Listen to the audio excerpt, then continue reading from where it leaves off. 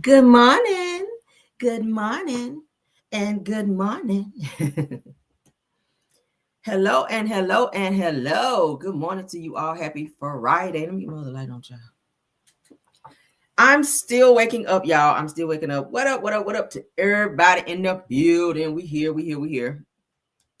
Y'all, I'm still waking up. I'm a little sleepy. It's been raining all damn night. It's been storming here. That's the best time to sleep. I sleep straight through a thunderstorm. That's the best sleep ever. And baby, I slept so good. And I still think I can sleep a little bit more. We're gonna get through this show, honey. I got my little tea up over here. I'm gonna be sipping on. Um, Good morning. Good morning. Good morning, Rose. Good morning, Miss Pruitt. Good morning, Tam C. Good morning, Rosalind Davis. Good morning, Dee Dee Darden. Good morning. Good morning, Snatch by Diego. What up? That's the homie. Thanks for being here. Reba 0616. Good morning. Good morning, Carla Burnell. Good morning, Judy Brown. Good morning, Big Steak. Erica Butler. Good morning, Siobhan Foster. Good morning, Shirley Terry. Good morning, Truth Be Told, Nikki B. Good morning, Carla Johnson. Good morning, Deborah Banks. Good morning, darling Mungum T. Love. Good morning. Good morning, Mia MJ. Good morning. Good morning, Dragonfly Jones. Good morning, Miss Zeta T. Mom. Deborah Clark. Good morning. Chandra Young. Good morning. I hope I said that right, because y'all know I mess up a name, child. Gail Will, guess it's called Gail Williams. Gail West. Good morning. Good morning. Good morning.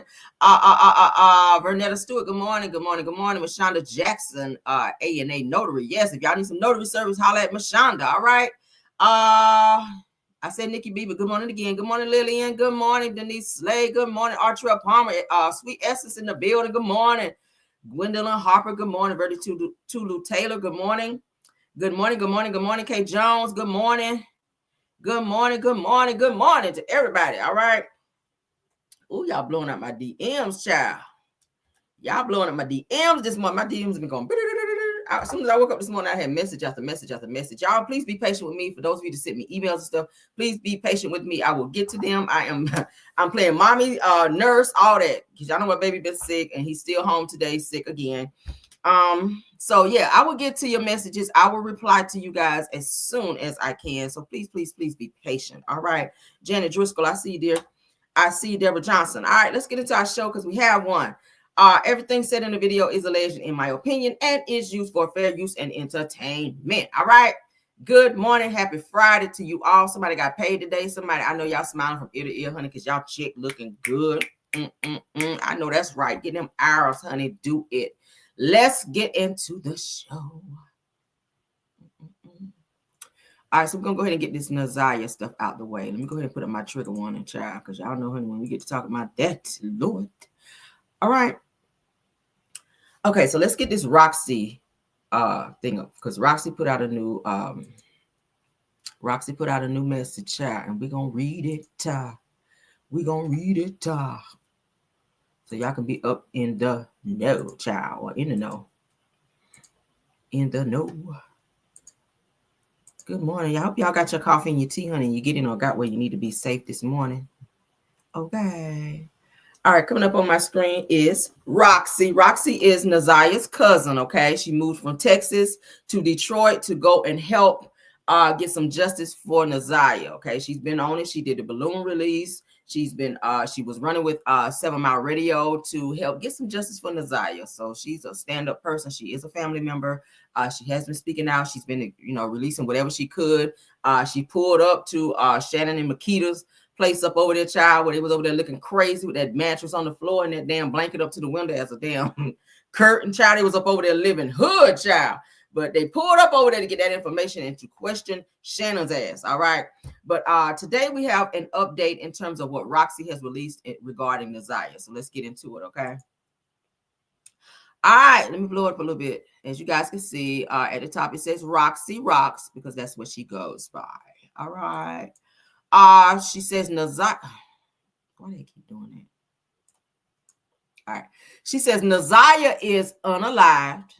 She says that's just what it is and where we are at today. Okay. So they're saying this child, I guess they're not looking for him, because I told y'all, a week and a half ago that 7 Mile Radio went on his podcast and said there's no reason to look for Naziyah. They can't really give any more details. So Roxy has now come out to say Naziyah is unalive. So there's some new developments. Maybe they found her body. obviously something had to have happened. Maybe Shannon told them something. They're not really releasing any more details because you guys know the trial is coming up and they do not want to jeopardize anything in terms of that, but they're only giving as much as they can because the public have become very much so involved in this case. So this is what Roxy is saying. Naziyah is unalive. That's just what it is and where we are at today. She said it has been over a year now, and it has taken me this long to finally accept the fact that she is no longer living. Okay, so that's been confirmed. Naziyah is not alive. So y'all know she was pregnant almost 4 to 5 months when she went missing, and now they're saying she's unalive. So not only is she unalive, that would mean her baby is unalive as well. So that's 2 people not here anymore, and Jarvis should be charged for 2 deaths. All right. Now the false narratives. She goes on to say, the false narratives, the made-up stories with no facts, the lies, the continued disrespect, the strangers asking for financial assistance, they all need to stop. She said that all of these things have been doing. All the things that people have been doing and saying is not honoring Naziyah in any way. She says that I really wish that it would all stop. I worked very hard for an entire year to find Naziyah, and after speaking to the police, they have let me know everything I need to know about my cousin. At this rate, everyone just needs to stop speculating and let the trial run its course. She says that I wish that she was here. I really do. She says that I do not want to accept what has happened to her, but I have to. She said that we all have to. Everyone responsible for her death and disappearance will have to face Judgment Day just like him, meaning Jarvis. Be patient and wait for the trial, okay? She said, my advice is to not go out and do anything stupid that will cause your freedom or cause you your freedom. She said that the police will find you and lock you up, as I'm sure a lot of you have already seen. So some people have been locked up for, y'all remember the video that I showed you guys where they tracked down the grandmother when she was leaving out of a store. They were throwing cheese at her and calling her a burger bitch and all that. That girl, I'm hearing, has been tracked down, and she has some charges against her for harassment and assault, because if you throw something and hit somebody, that is assault. So she was charged for that. They're saying the grandmother has since had to move. Naziyah's grandmother has had to move because people have been coming by her house, sitting outside her house, threatening her. She's been getting death threats, all of those things since this whole Naziyah case, because this is now a nationwide case. Okay, this is a high profile case right now. So the family has been hella harassed. Okay, and harassment is that's a crime. It is, for those of you out there harassing people. So if you're out there doing that, please stop, because they're saying that the Detroit police and the surrounding areas will be pressing charges against anybody doing that. You can't threaten anybody, and I know that this case has become very near and dear. Everybody's been wanting to find Naziyah, but you always have to remember that there are boundaries that you cannot cross in terms of trying to help out and do this. All right. You can't be seeing these people in public and run up on them and thinking you're going to put hands on them or throw stuff at them, or even make threats towards them, because, they still have to go through the justice system as well. If they have charges or pending charges against them, you can't jeopardize that by coming in and taking, street justice. And I know people want justice right now, but we got to wait. The trial is coming up. All of these things will be uncovered. Let's let the justice system do what they do. All right. It says, do not ask me any more questions about this case. I won't be answering any. Wait for the trial. Okay. That's what Roxy is saying. So it's been confirmed that Naziyah is not living. Okay. I'm gonna say it again. It's been confirmed that Naziyah is no longer here. So that means she's not here, and her unborn child is not here, because y'all know they were trying to make her drink antifreeze, according to what they were saying about Jarvis. It's been speculated through Jarvis's brother that Shannon has something to do with it, that they feel like Shannon got into some type of verbal altercation with Naziyah, and she hit her with something which I don't know. I don't even go into it. That's what's been speculated. That's what the brother was saying, that Shannon saw some inappropriate messages between Naziyah and Jarvis, and she went into some type of rage. She got into an argument with Naziyah. There were words exchanged. They said that she did something to Naziyah allegedly, and that Jarvis helped get rid of the body. That's what's been said. So now it's been confirmed by Roxy, who's been on this case, that Naziyah is not here anymore. It says that Ashanti Moore says this isn't towards you directly. This is Roxy still talking. She says, I'm just making a general statement. She says, I love everyone who has shown genuine love and support from the start. It means a lot. She says that I know a lot of us are affected by this. This is why we have to work together in our communities, neighborhoods, and as a unit worldwide to change policies, procedures, and protocols within our communities all around the world. She says it's imperative that we begin to pay attention and use this situation with Naziyah to be more vigilant. She says that my cousin is gone, but we can all work together to make sure her name stays alive and prevent this from happening to other girls and women. Okay. Yeah, this is very sad. I see y'all putting it in. You can put your and then somebody's saying here, wow, Roxy, they're saying, wow, my heart is broken. So it's been confirmed. Naziyah is, people saying we're still looking for her. No, it's been over a year. It's been over a year and it's been confirmed. Okay. Because y'all know 7 Mile Radio and Roxy did go and sit with detectives in Detroit over this case. And I guess this was brought to their attention because they've been on this case. 7 Mile Radio, Mark, he actually found the clothes and one of the shoes of Naziyah, okay, by the lake out there in Detroit. So, and Roxy was there as well. So they've been working hand in hand with detectives and investigators on this case. So obviously some information was given and Roxy did confirm that Naziyah is not alive. So I guess they did find her body. I guess they found her body. All right, so let's get off this and let's get into a video that I found in conjunction where they're saying that give me a second because I had to take notes. I can't remember all this shit. So they said that Jarvis Butt slipped up and said something that was caught, and it says that he was set to turn himself in for a pow violation because he was not supposed to have a pow, but it says that he had a Naziyah problem, meaning he had to help get rid of Naziyah. Y'all listen to this shit. When I heard this, I was like, what?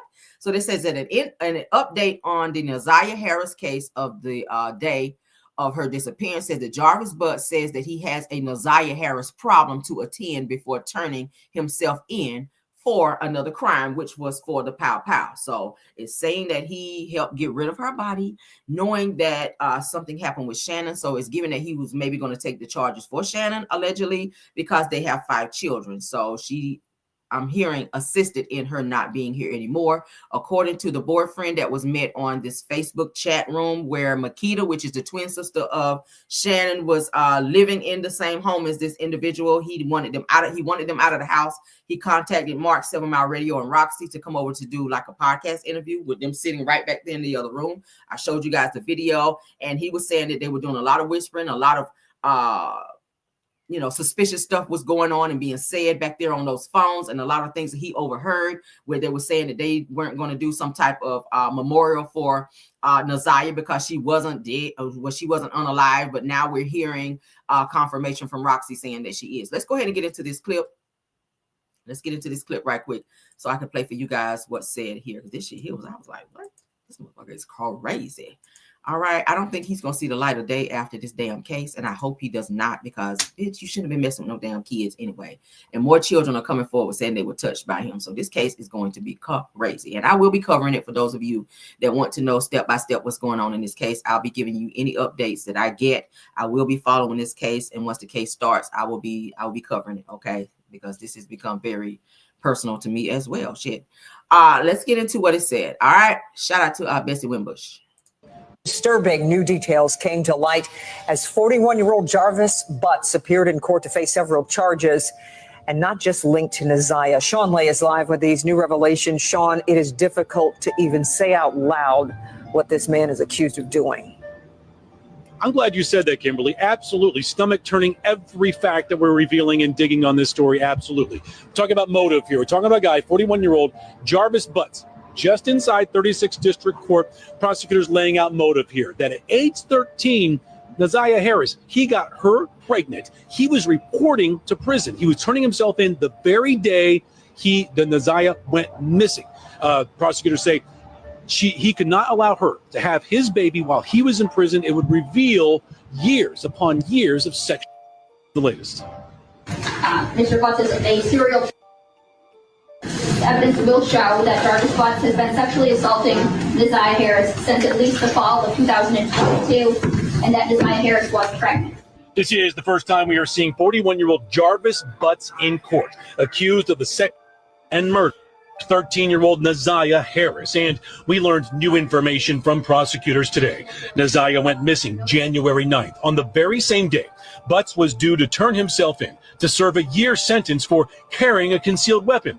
Listen closely to Assistant County Prosecutor Tina Ripley saying Butts had a Naziyah Harris problem he had to handle before reporting to prison. To turn himself in on January 9th of 2024 to serve a year-long sentence for CW. The state ultimately got moved to February 7th of 2024, allowing him the opportunity and time to take care of his Naziyah Harris problem. Cover up a pregnancy, you hear about a pregnancy, and now you want to make sure that the pregnancy is gone and Naziyah disappears. Tiffany Jennings is Naziyah's aunt. She has never spoken out before until now. Who's ultimately responsible for protecting Naziyah from this guy? Oh, what a loaded question, right, Sean? In my personal opinion, with no affiliation, there are multiple parties involved, as many have already stated. And I just have to hold on to hope that the entire truth will come to light. This is the beginning of the truth, and we're very grateful for this part, but the entire story will come out.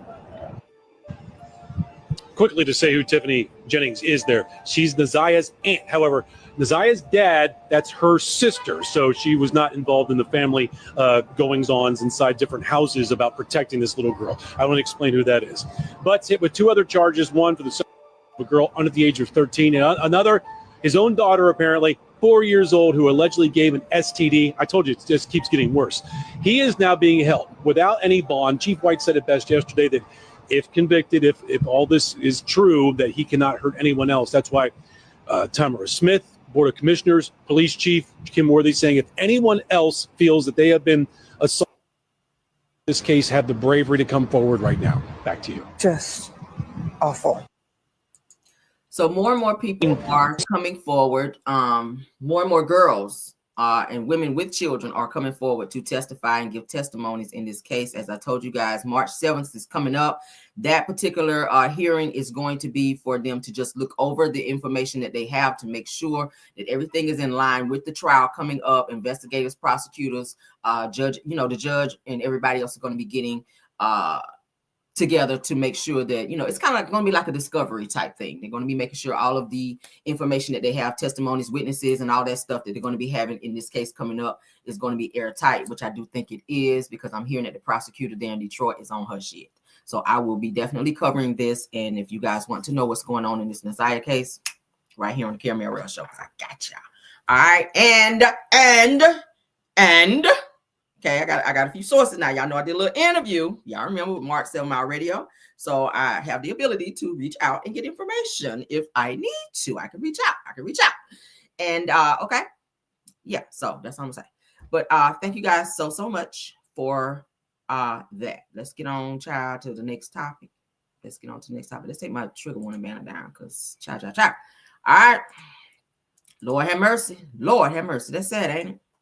This motherfucker is sick. But, it comes from somewhere. Jarvis is sick the way he is because it was done to him and he never got help. Okay. We already know that pedophilia. I like to call it, because y'all know I like to be a little spiritual sometimes. I call it a spirit. Okay. Those spirits transfer, especially when you are sexually involved with someone. If you're doing it in a pedophilia type of way, those spirits transfer. Spirits can transfer. Go look it up in the Bible, child. It's there. All right. Spirits, those negative sexual spirits transfer from the person carrying to the person they're putting it into. When you're sleeping with these people, and unfortunately, when you're doing these things to children, that pedophilia spirit jumps into that child. And then the next thing you know, they're touching and doing inappropriate things. Kind of like Royce Reed's son. He's been in that situation to where he's seen inappropriate behaviors in the home with his father. Because Dwight, he was messing with girls and boys. Yeah, that's a spirit of perversion. You're right, Cassandra. Those spirits do travel. So her son started doing touching as well. And it got Royce in trouble because she was the primary, custodian of that child.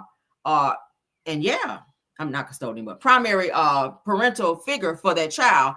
And they locked her ass up. But children, they see things, and when they're touched and things are done to them inappropriately, that spirit of perversion, it travels to the next person. It's done to them, they're going to do it. So it was done to Jarvis by Jarvis's mother's homegirl, and she was coming over to the house and she was messing with Jarvis. And y'all know Jarvis's first child was born at 13 by his mother's best friend. I told y'all that, okay? Yeah. Jarvis Butts, the person who violated Naziyah, he had his first child at age 13 by his mother's best friend. She's a female who would come over and hang out, and she would be over there touching and doing stuff to Jarvis. And so now Jarvis has over 20 children, and these are children that they're saying he had by women who had low self-esteem, who had, some of them had, like, you know, maybe been autistic, slow in the head, you know, just slow. And these are women that he would target, and he, you know, especially women who had children or had access to children. And this is what he would do. So he had 5 with Shannon. As you know, there's a spirit of pedophilia and a history of pedophilia in Shannon and Makita's family as well. It goes all the way back to their mother. Their mother was touched as a child, and she had her first child at 11. Okay, she had 7 children. All right, let's give y'all a little history. I ain't even got to look at my notes because I know this shit like the back of my hand. But Shannon and Makita's mother, which is Annette, had her first child at 11 years old, and then she wound up having 7 children. She wound up getting married to this man named Charles. Charles was also on the pedophilia bullshit because he was touching his girls and his children as well, at which all of his children, I'm hearing, at some point in time ran away, including Naziyah's mother. The streets got Naziyah's mother, and she never came back. And now she's still battling with, after years and years and years of being on drugs, she's still dealing with that issue as well. Okay. Let me clear that up, because I have to kind of watch my mouth when I say that. I don't want to offend anyone when I say someone is autistic. Let me apologize to you, Chanel Monet, or anybody else who have children that are autistic, because there are some children that are out there that are autistic that are very, very smart. You are right about that. So when I say that, I'm saying he looked for women who have issues, okay, who are not as sharp as they need to be, and who are very vulnerable and may have gone through some type of sexual abuse themselves as children. Let's say it that way, because I want to clear it up. I don't want anybody to feel like I'm speaking negatively on somebody that have children who are autistic. I'm not saying that at all. So let me clear that up, because I don't want anybody to feel that way. I'm not that type to even do that. But these are the types of women that Jarvis would look for. And he found that when he met the family of Naziyah, because everybody just about in that family went through some type of pedophilia at the hands of Shannon, because a cousin already came forward to say that Shannon touched her inappropriately, as well as Shannon's twin sister as well, Makita. So they were doing touchy-feely things, and she was saying they made it into a game to where she wouldn't feel like something was wrong with that. So they were being touched in that home.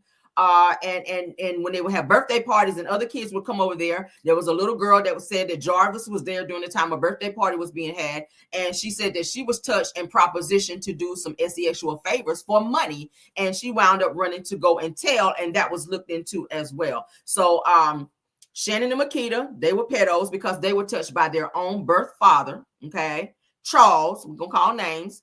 And Naziyah was adopted by Annette, which is the grandmother, at 2 years old, because her mother was out in the streets not getting herself together. She was on drugs. So do I feel that Naziyah probably was touched probably around 2 by Shannon and them? I do, because it was done to them. Okay.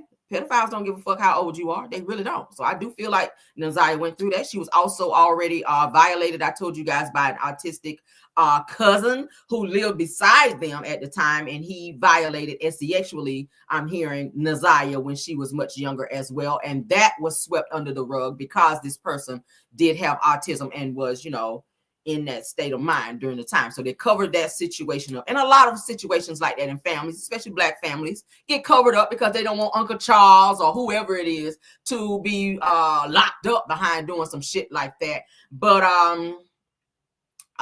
they said, yes, one of their family members is a police officer. Yes, he is. Yes, he is. You guys are right. Ms. Zeta C. Mom. Yes. One of Annette's children is a police officer. Okay. Not a police officer, but a detention officer. He's not a police officer. He's a detention officer. I think he works in the prison or something like that, but or at the jail. But anyway, so there's a history of that situation going on in Naziyah's family. She really didn't have a chance, to be honest with you. She didn't have a chance because where they placed her, it was already an issue there, but they were able to hide it and stay, you know, from under the radar, and things were being done. So Shannon and Makita met Jarvis, which is Jarvis Butts, who's getting ready to be on trial for unaliving Naziyah and impregnating her. It's alleged that they met him at age 13 and not 19. And they're saying 19 because at 13, that would also make him a pedo, and that would be more charges. So they're protecting him.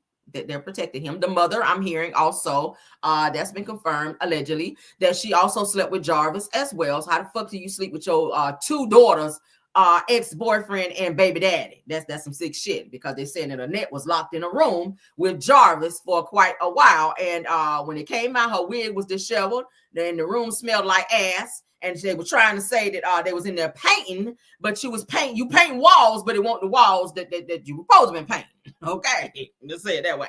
You were painting some walls, but it wasn't the walls that you were supposed to be painting. And why, as a grandmother, would you be locked in a bedroom for a spell of time with your daughter's baby daddy?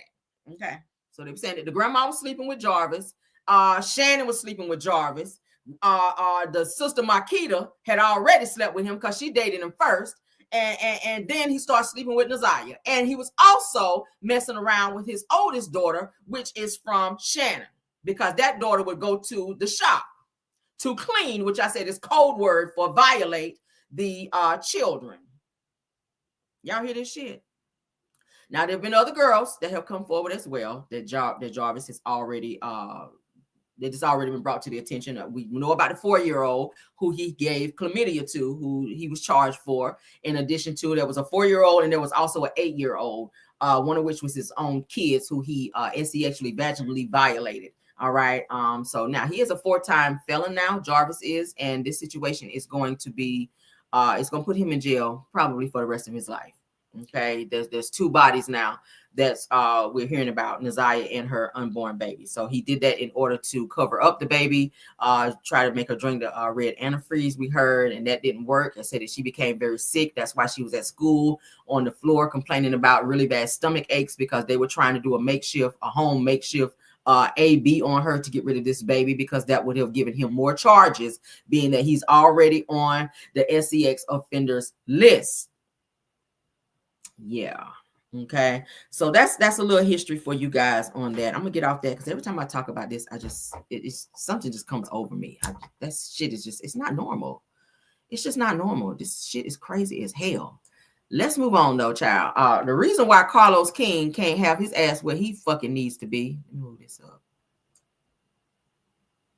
Hold on. Yeah. Let's move that up. All right, the reason why Carlos can't have his ass where he needs to be, he was down there at Reality with the King down there with Heavenly down there acting a fool.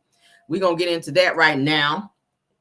This is why you don't know your employees are unhappy at work, and you don't know what the hell is going on with your cast members and why they're so unhappy at work and shit, Carlos, because you out here on this bullshit out here with these damn cowboy boots on, hopping around like a damn Easter bunny on stage, okay? Looking a hot damn mess. All right. Meanwhile, the star of your show done up and left the damn show. Meanwhile, you done lost 4 cast members on bail collective, and you still don't give no fucks, and you damn sure don't give a damn. But let's get into what Carlos was doing here, child, as he brought Heavenly out on stage, because y'all know this was her night to sit with him on Reality with the King, and she came out looking a hot damn mess as well. Let's go, child. Y'all, as y'all know, Nuck If You Buck is what they playing. Look at Carlos. The hell is he doing with them cowboy boots on? This is why you don't know what's going on your damn shows, because you own this shit.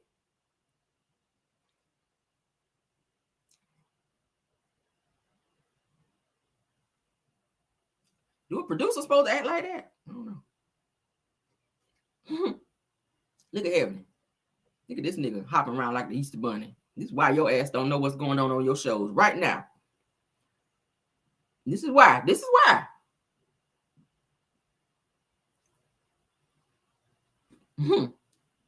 They playing Nuck If You Buck.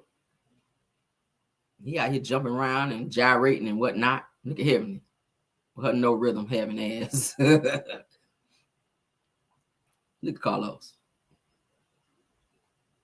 Lord have mercy. Somebody said, what is going on here? Child, when you find out, please put it in the chat. Because I don't know. I don't know either. I'm looking at it just like y'all. I don't know. I have no idea. Look at his ass hopping across the stage. Look at this shit, y'all. Carlos, sit your ass down. I know you had to go back and look at this video like, did I really do that in public? Like you had to ask yourself, did I really, really do this in public? I don't know what you were drinking. I don't know what you were smoking, but sir. All right. So this how he brought Heavenly out, child, to his reality with the king to sit down and talk to him, child. He got up there hopping around like a damn Easter bunny, like his ass was, I don't know, child. I ain't even got nothing. Let's move on. All right. So as you guys know, he interviewed Heavenly on Reality with the King. Now, from what I'm hearing, it's saying alleged that Tasha K reached out to Carlos. All right. Tasha K reached out to Carlos to Tasha K reached out to Carlos King to ask him about Melody Cherie quitting the show, and she said that Carlos told her he didn't have no idea that Melody was even leaving the show. That y'all hit me in the DMs. I can't. That she said that Carlos didn't even know that Mel was even leaving Love and Marriage Huntsville, or that she was quitting. That he was blown, and that he was definitely shocked and surprised and thrown back by Melody leaving. And I'm just like, how the fuck you don't know that your own star of the show is leaving the show? You didn't know she was happy. There are signs there that she was damn leaving. I mean, hell, go back to your podcast when you had her on there and you used her to sell all them damn tickets, and she was sitting up there crying and telling you how she felt, and you skipped over that shit. Like, there were signs. Like, she dropped a lot of nuggets everywhere to let your ass know. Let's get into what Tasha K had to say. Shout out to Jamie Lynn Jones. All right, here we go. I'm a little shocked she did it. I hit up Carlos King. I said, Carlos, what the hell going on? Did you get a resignation notice? He was like, Tasha, this is exactly what he said. He said, Tasha, I'm just seeing this, and I'm trying to gather myself, everything. I'm trying to gather everything myself, baby, because he was shocked too. He didn't even know that she quit. I'm a little shocked she did it. I hit up Carlos King. I said, Carlos, what the hell going on? Did you get a resignation notice? He was like, Tasha, this is exactly what he said. He said, Tasha, I'm just seeing this, and I'm trying to gather myself, everything. I'm trying to gather everything myself, baby, because he was shocked too. He didn't even know that she quit. Do y'all believe that? I don't believe that. I don't believe that. A person will just be like, you know what? I don't want to be here no more. Just out of the blue.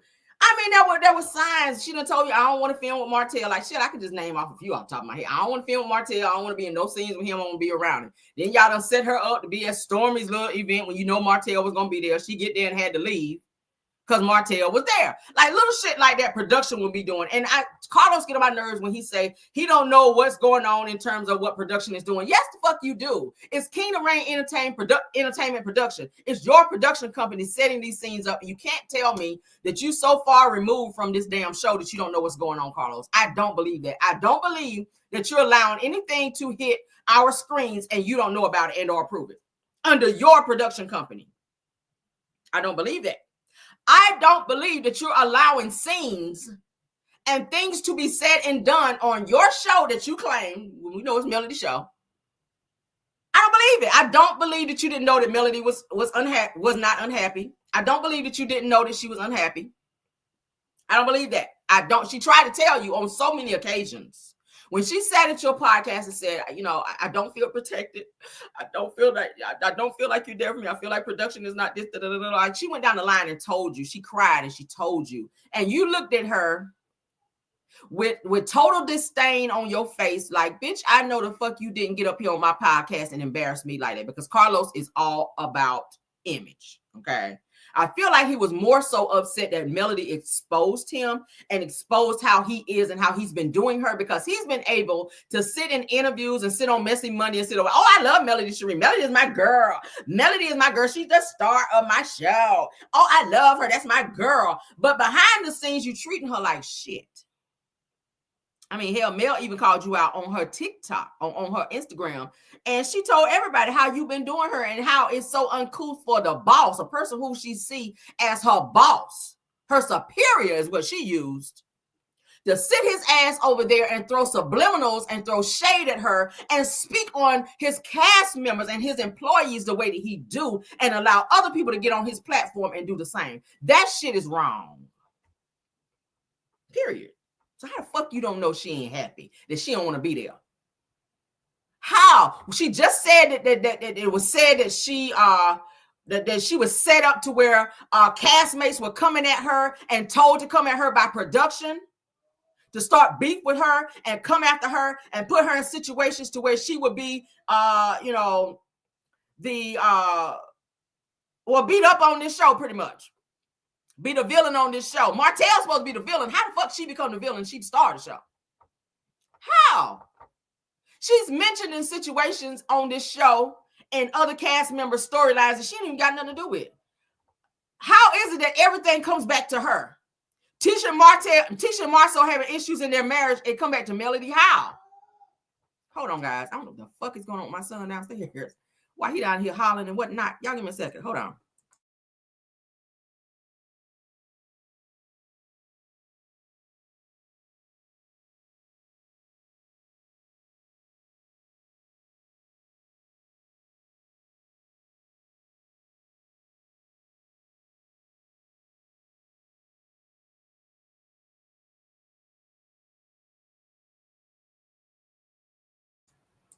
All right, y'all, I'm back. I had to be in mama mode right quick, child. All right, so let me get back into character. So this motherfucker, how you gonna act like you don't know? Okay, I had to get back into character. How you gonna act like you don't know that Melody is unhappy? All right, we already talked about the podcast part where she was crying. The cast attacking her, especially during her divorce. She was already going through hell then. But of course, you allowed Wanda to be on here and attack her, physically attack her on the show. So she has to deal with that. Them talking about her children, Wanda them talking about her kids, the paternity of her kids. Like, she's been through all of that. Okay. We ain't heard shit about Destiny's paternity of her son. But then Melody's kids and the paternity of Sugar Mama is brought up on this show. And you sit on the damn reunion, Carlos, coming up. And you want to come after Sonny when Sonny didn't even say nothing about no damn paternity. She just posted Mari. But then you want to sit here and cap for Destiny. You want to sit here and cap for Destiny and pick sides when Melody's, when the paternity of her own damn kids were mentioned, and you ain't said shit about it, Carlos. We didn't hear from you. You were mute when this situation happened, when Wanda brought it up at Madani. Wanda brought up, if you don't know who your baby daddy is, bitch, were you in the room when she was throwing that thing back? So how the fuck do you know who her baby daddy is? How do you know? Carlos, you didn't mention that. You didn't check Wanda on that. You didn't do none of that. You allowed that shit to play out. But then you sit up there and take up for Destiny, who we all know is a thought monster. Yeah, I said it. No allegedly. No allegedly needed. We all know Destiny is a thought monster, and why the hell your ex-husband done filed for divorce 9 days after you gave birth to a child, after you had 5 miscarriages and tried to have a baby, and that's something that you guys wanted that was near and dear to him. And as soon as you have a baby, the one thing that you've always been waiting to have, this man go down to the courthouse and file for divorce to get the fuck away from you and that child. He won't help her change no diapers. He won't make it no milk. He won't do no skin to skin with this child because he didn't feel this baby was his. But then you sit up there and you allow this narrative to be pushed, and then you try to check Sonny and make her feel bad for speaking up on a situation that is true facts. But then what you did not do was you did not say anything when Wanda questioned the paternity of Melody Cherie's daughter, Sugar Mama, when Martell even said that the child was his. He said it. He said Sugar Mama was his child. Now, he tried to play in our face because he was mad at Mel to make everybody think that Sugar Mama was not his child. But he came back and said that Sugar Mama was his, and you still did not come back and say nothing, Carlos.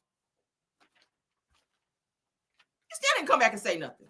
That's why I said Carlos pick his favorites. He pick and choose what he want to talk about. He always like said, I didn't know about that. I don't be watching social media like that. I don't look at the blogs like that. Yes, the fuck you do. You do. Stop playing. Stop playing. Destiny, you had 5 miscarriages and you fucked up your marriage and fumbled the bag with somebody who loved you. LeBerg stood up there on that wedding day and he cried when he said his vows to Destiny. He meant that shit. And you could not stop thotting and bopping out here enough to be a fucking wife. And then you sit your ass on the stage talking about we had an open marriage. Bitch, won't nothing open but your legs.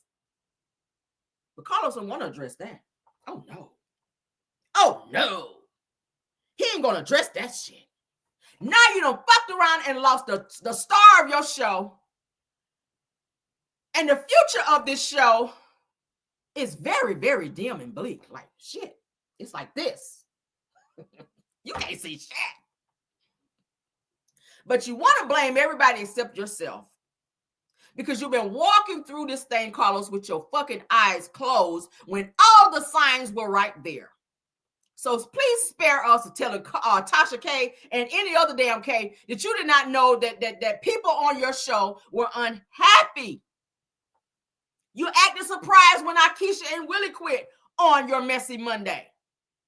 Why would you not know that they're not unhappy when you have sat there and allowed Holiday Heart, a.k.a. Letitia Pearson, to sit her chunky buffet eating ass up there and act like she running shit? She pretty much bullied Akeisha out of jealousy. She looked at Akeisha and Willie and saw that they had some shit going on and popping, and her ass was sitting over there stopping because she ain't had no business doing shit. Up here making up businesses, making up box truck businesses and all that. And I revealed that shit right here on my show and showed that she didn't have shit going on. Called the number, won't nobody there. Went by the business, won't nobody there. But you all at the reunion, yes, we have a box truck business. Bitch, shut up. No, you don't. No, you don't. No, you don't. You do not. You don't. See, if you weren't so busy in there frying that damn pork chop and all that damn chicken grease, you could have been down there getting a good business going on there. But you didn't have time to do that because you were down there calling to see what time Golden Corral was going to open so you can go down there and sit down and eat again. See how messy my ass is. See, you're down there lying about a box truck business when you're shaped like a box truck out here. That's what you were doing, girl. That's what you're doing. That's what you're doing. Maybe you got it mixed up to say you had a business, because you did say you had a little work done on your body, but I think maybe your doctor had to go to lunch break and he ain't come back because maybe your body was not looking like it was bodying out there. That's all I'm saying. You said you had a BBL, girl, but I feel like he went to lunch break and he ain't come back because your shit was looking real fucked up. But anyway, let's move on. Let's move on. So Akeisha and Willie quit, and then you act like you didn't know why they weren't happy. You sitting there like, oh my God, are they really doing this? Bitch, yes! You did not protect them. Yes, you down there to Golden Corral, child. She didn't even go to the table and eat, girl. She took her chair and sat over there at the bar, girl. She just reaching over there in the mashed potatoes and chicken and corn and shit. She over there with the tongs, child. She's sitting up there at the buffet with the tongs, just putting shit on her plate. She wouldn't even go get no table. They said, ma'am, you want to go get a table? We got a bunch of open tables here. Nah, I want to sit right here by the food. Like, she didn't want to be away from the food, girl. That's the kind of shit she was on down there at Golden Corral. Oh, buffet eating ass. I can't take her with her lying ass. I can't. Holiday Heart, girl. I can't take you. I cannot. Bitch, put them tongs down and go somewhere and get a business and sit your ass down and stop being a hater. Out there like this here at Golden Corral, picking up all the chicken. Soon as they put some fresh chicken up there, it's gone with her chunky ass. Bitch done ate a leg, wing, and a thigh in one bite. Yes, you did, girl. She was like, fuck that hot sauce. I asked y'all for the hot sauce, but bitch, I done ate the chicken now. I don't give a fuck now. Okay, don't even worry about the hot sauce. I done ate the chicken now, bitch. I done ate it. Shit, I'm on to the corn now. I'm on to the corn and mashed potatoes and gravy, bitch. I'm on to the mac and cheese. It don't matter what you put up here, bitch. I'm going, I'm on that shit. But anyway, let's move on. Y'all know I gotta be a little petty, child. Anyway. So JJ and So Gucci. All right, you act like you didn't know they were unhappy. You sat up there and you dogged out So Gucci on your damn Messy Mondays, another show that you stole. You got up there doing that shit. All right, you asked her a question, and then as soon as she get ready to ask you, her meaning So Gucci, not So Gucci. Soon as you ask her a question and she get ready to say something and respond, and it looked like she getting ready to check your ass and tell you why she's unhappy once again. Here we go. You speak over her. You cut across her in conversation and not allowed her to speak. And she even had to say, well, let me get out what I had to say. And because you would not allow her to say what she had to say, she had to go by and do an interview on another blogger's channel. Shout out to Millichan, because she did interview her. Let's give her credit, because she did sit down with Gucci and she allowed her to come on her platform and air out her grievances and talk about her feelings and how she was treated on Bell Collective. All right. So once Carlos silenced her and the bloggers allowed her a chance to speak up, that's when she became a problem. That's when all of these things, allegations of him going out and having lawsuits against her for defamation and all this stuff, because he felt exposed. But God forbid anybody else on the show get exposed, like Melody Cherie, and all the things that was allowed to be done to her and the other people on your show. See, Carlos protect who he want to protect. Yeah, that's what you do. Carlos is the type of person who needs a scapegoat in order for him to be who he is. Let's say that. In order for Carlos to put on this badge of honor and his little tilted crown like he likes to do, because you know he likes to say he's a king out here, child, when he's a whole queen girl. Get into it. He has a need for a scapegoat to do his dirty work, all right? Because he is mad now that Melody Cherie is gone, because no one really gives no fucks or a damn about the cast drama coming up in this new season. They don't care. They don't care if Tisha Child is in a new, what she say in her happy girl phase. They don't give a fuck about that. We don't care that you happy, girl. We don't care. We don't care that you and Marceau are in a space where y'all gonna try to fix y'all marriage and go down there, girl, to Ayanla for her to fix your life, to counseling. We don't give a damn about that. We knew y'all were toxic from season 1. Tisha, we knew you were sliding down walls in showers with the water off, crying. Emphasis on with the water off. Tisha said she would be in bed and couldn't get out of bed because of what people in the blogs were saying about her, and was in there hollering at the children, child. So even the children, girl, were getting abused in there. We don't care, girl, that you in the shower with the water off. Okay, because your mama said you were funky. I'm just saying, that's why I said the water was off. You got in there, but you didn't cut the water on. That's what your mama was saying. But don't be coming for me, because I'm just quoting what your mama said. All right, I don't know nobody get in the shower and go in there and cry, child, with the damn water off, and then get out like you and still do this shit here, drying off like you did something there. But anyway, girl, Justin, let's get into his scapegoat. All right, Carlos' scapegoat is definitely Dustin Ross. All right, Dustin rubbed me the right way sometimes, and sometimes he rubbed me the wrong way. All right. Sometimes he be on, and I feel like Carlos prepped him in certain conversations and with certain people and certain topics that they talk about, and you can just tell because they're always like this when they talk. Carlos, he sits there, and 75% of the time, Dustin Ross is talking on Carlos's own show, which I think is fucking crazy. All right, so Dustin get on there, he takes over Messy Mondays, he says whatever Carlos can't say, because y'all know Carlos is about image, and he keeps those type of people around him, if you notice. While Carlos, like I said, sits quietly for about 75% of his own show. He'll add in a little word here and there, but for the most part, it's the Dustin show. Okay, it's the Dustin show. And he allows Dustin to attack his cast. He don't give a fuck. He don't correct him. He sits there and he smiles like, yeah, you say it because I want to say it, but I can't say it because they're going to come for me and they're going to do this. But you can say it, Dustin. And I'm gonna shoot you a little bit more money here after the show because you did a real good job, okay? And say a little bit about Melody Cherie, and I'm gonna smile, but I ain't gonna smile too big because I don't want them to think that I really, really like that shit when I really do. Okay? He be beaming inside when he hear them going off and saying some shit about Mel, but you ain't know she won't happen. Again, I call bullshit. All right. Another person who he uses as his scapegoat is definitely Heavenly. Heavenly is his scapegoat. Hence the reason why he had her on his Messy Monday as his co-host, because Heavenly is very irresponsible with her mouth. He knows that she's going to say whatever the fuck she wants. She's going to throw in whatever subliminals. She's going to say whatever and then try to say, I'm going to say this and then I'm going to take it back. She on that shit. And he loves that. Because 99.9% of the time, Heavenly, whatever she says, he is behind that shit. He already done prepped her because she already said she don't watch the show. So how the fuck you gonna be my co-host on a show to speak on something that you've never said that you watched? You don't know the cast. You don't know what's going on with them. That means Carlos have prepped you. How are you speaking on it if you don't know about it? You can't interview somebody if you don't know anything about them. If you don't know their life, where they've been, what went on the show, who they're married to, their kid. You don't know anything about them, but you're sitting up here giving all of these experiences and all of these, whatever you want to throw in there. It's weird to me. But Dr. Heavenly, with her ghetto loud and wrong ass, is not afraid to attack anyone verbally, while Carlos fake laughs, throws jabs at mostly the star of his show and subliminals, all right?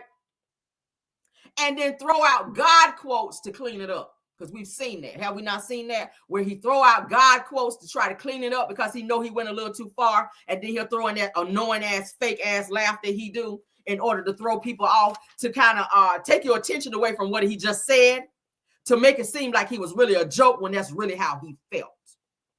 So he uses people who don't have any fear of going there, because he can't, because he has this producer, he has this position that he has to uphold, and he has his higher ups who hold him accountable a little bit, because I can't say a lot of it, because he get away with a lot of shit, he do. So he's held accountable, and he has to be held accountable for certain things that's done, and he go just as far as not to get sued. But I feel like now that's going to be done. Now you're going to be sued, because there's some things that's been done in terms of, we already know about Destiny saying through the synopsis, through production, that they put up that Melody and Martell groomed her for a threesome. You're going to see that coming up in part 2, which is tomorrow, actually. Tomorrow's episode of the reunion, where that's going to be brought up, and Destiny's going to sit there smiling like, yeah, sure did. And bitch, your ass is going to be fucking sued right along with them, and your ass going to probably get that paperwork in jail, because you got that 45-day suspended sentence coming up through LeBaric. All right, glory to God. Look at God working. Look at the Lord working through LeBaric. Okay, y'all, we already know about that. Destiny got jail time coming up. Praise the Lord, hallelujah. Oh, God is a good God, ain't he? But not that we want to see people go to jail, but some people just need to be in jail. And Destiny, you are definitely one of them, because girl, you ain't got shit else going on. You ain't doing nothing else with your life out here, girl. Just go to jail. All right, but anyway, so Carlos, yes, you are a whole liar out here to say that you did not know that Melody Cherie was unhappy. Let's get into, there's a petition. There is a petition that's been created for Miss Melody Cherie and the mistreatment of women on reality TV, inspired by Miss Melody Cherie and her story. Let's get into it. Let's share so you guys can see along with me. And we're going to read it in its entirety, and I'm going to give my commentary on that as well. So this has to be addressed, and it has to be brought to the attention of everyone, because Carlos has been able to hide his mistreatment of women and families and marriages, and all the things in his shows and in the shit he does, and production, his production company, damn, I don't even give a fuck no more what the production company name is. Everybody know, okay? Kingdom Reigns Entertainment, they've been hiding shit along with it. They've allowed Martell to get in this woman's face and scream and mistreat her, and in her mama's face as well. But let's get into it. As you guys can see on my screen, change.org does have a petition where it says, stop the mistreatment of women on reality TV, inspired by Melody Cherie Rogers' story. All right? Don't she look good? Come on through here with this blue, honey. Yes, God. We love it. All right, so let's get into what the issue is that they're saying. For those of you that have not signed it, you can go on and sign it. All right. I'll drop the link. Matter of fact, I'm going to do it right now. So y'all can go on and start signing, baby.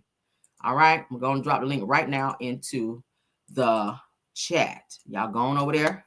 Boom. All right, there you go. Click on there, go over and sign. Let's support it. They just created this. It's only 233 signatures. All right. So for those of you that are Melody Cherie fans and you want to sign and or support the petition in terms of Melody getting some recognition and something being done about Carlos and his bullshit to stop the mistreatment of women on reality TV, head on over there and sign it. If you don't want to sign it, you can share it. If you don't want to share it, you can leave a comment. All right. Put your feelings in there to let everyone know how you feel. All right, let's get into the issue of what they're saying in this petition for Melody Cherie. All right. Yes, God. The issue, it says that just like many of you, I was deeply moved by the unjust treatment of Melody Cherie Rogers on the hit reality TV show Love and Marriage Huntsville. Feeling her struggle, I understood a searing injustice as though it was happening to me. Comparison of her hardships fueled this appeal for change. We cannot just be spectators, heartbroken by the story that we saw unfold on our screens. We must be catalysts, because we went to school, okay, for change. Women like Melody are unfairly represented and mistreated on reality television. Their characters are manipulated and warped for sensationalism, leading to harassment and negative public opinion. For 9 whole seasons, we witnessed the most vile treatment Melody suffered at the hands of her ex-husband, which is Martell, and her colleagues, cast members, okay? It says that we started out as an amazing platform highlighting Black excellence, very swiftly took a turn and became the most distasteful display of workplace bullying, and was, okay? We saw it in real time. Let's continue. Melody Cherie is a phenomenal woman, and is. We witness her gracefully standing tall in the midst of adversity. Greater is her reward now that she has taken a stand by closing the door on Love and Marriage Huntsville. That means she quit. It says that this petition is not a cry for sympathy, but a call for justice and a necessary shift in the portrayal of women in the reality TV industry. We will strive for change and ensure that no other woman will have to endure the same distressing and degrading experiences as Melody Cherie Rogers. We urge all network, production companies, networks, and sponsors to reassess their portrayal of women on reality TV and to foster an environment that respects all individuals regardless of gender, marital status, and social class. Come on. It says, as a result of the mistreatment Melody received on the show, I have decided to wash my hands off of Love and Marriage Huntsville, okay? It says, it's time to make a difference. Let's fight to end the bias and mistreatment of women on television. It says that we ask you to join us in standing together against this injustice. Add your voice to ours, show your support, and sign our petition, okay? So the petition starter is from Trevelyan Barker, okay, or Trevelyan Barker. I think that's how you say her name. As you guys can see, there are some comments. Let's go ahead and read the comments while we're here. All right. This woman here says, and they're from London, says that I had to stop watching. I actually blacked out watching this for years. It's very triggering, and it's not a representation of healthy Black families. I agree. Let me like that. Boom. I like it. All right. This woman named Karen from Columbus, she says that the time has come for women, especially Black women, to have their lives shown in a more positive way than what we currently see on reality TV. And I like that as well. All right, Miss Verna, honey, from Aurora, says that there's no way that someone who attempted to put out revenge Pete on his wife and mother of his kids should be on this show. It says that this show used to be positive, but how is someone convicted of this act still be on this show? Said that it should show, it just shows rather that women are not protected. Okay. Yes, God. I like that one too. All right. So there are some comments already there attached to this petition. For those of you that want to be a part of it and get the comments up there, get your signature up there. We need more signatures on this to support it. Okay. Yes, God. Okay. Yes, yes, yes. Let me sign it. Okay. Yes, yes, yes. Yes, yes, yes. I'll share it. Y'all see me right here real time, honey. Caramel just signed it. Caramel just signed it. Okay. Caramel just signed it. All right. So for those of you that want to be a part, please, please, please do it. I just dropped it there and you guys saw me. I signed it. Okay. Signed it. I signed it right there in front of you. Y'all saw me do it. Okay. Because we support Black women. Hold on. Okay, so yeah, we got it. All right, so let's move on from that because Carlos has got on my damn nerves and I don't want to be hollering no more. All right, so our next topic of the day. I hope you guys are enjoying the show. If you are, don't forget to hit that like button as well, okay? Let's get into some political type stuff as well. CNN correspondent, rather. I can't talk today, child. Ashley Allison details pay disparity with white colleagues. She says that I have always been the least paid person. We've seen that happen so many times. All right. Black women, black people, period. We go to school and get all these damn degrees and get picked over by someone because of the color of their skin. And that shit got to stop too. Because going to school, number one, is fucking expensive. Studying for finals and all that in order to get certain degrees, whether it's an associate all the way up to master's, that shit takes time. Okay, it does. It takes time to get education, to get into certain jobs and positions over people, and other people get picked over you because of who they know. Or because of the color of their skin, okay, or because they're doing some little extra stuff at work that they shouldn't be doing. Throat exercises. We'll say it like that, okay. Yeah, we got some people that can do throat exercises and get jobs that they're not even qualified for. And I need to take a sip of my tea on that. Yes, I said it. Mm-hmm. We got a lot of people that be at work on their Becky bullshit that to get positions that they're not even qualified for. And somebody over here with a whole master's degree who went to school and put the time in, applied for that same job and got it because she chose to come in by means of education. Let's get into what Miss Ashley Allison had to say. I have the same opportunity as you.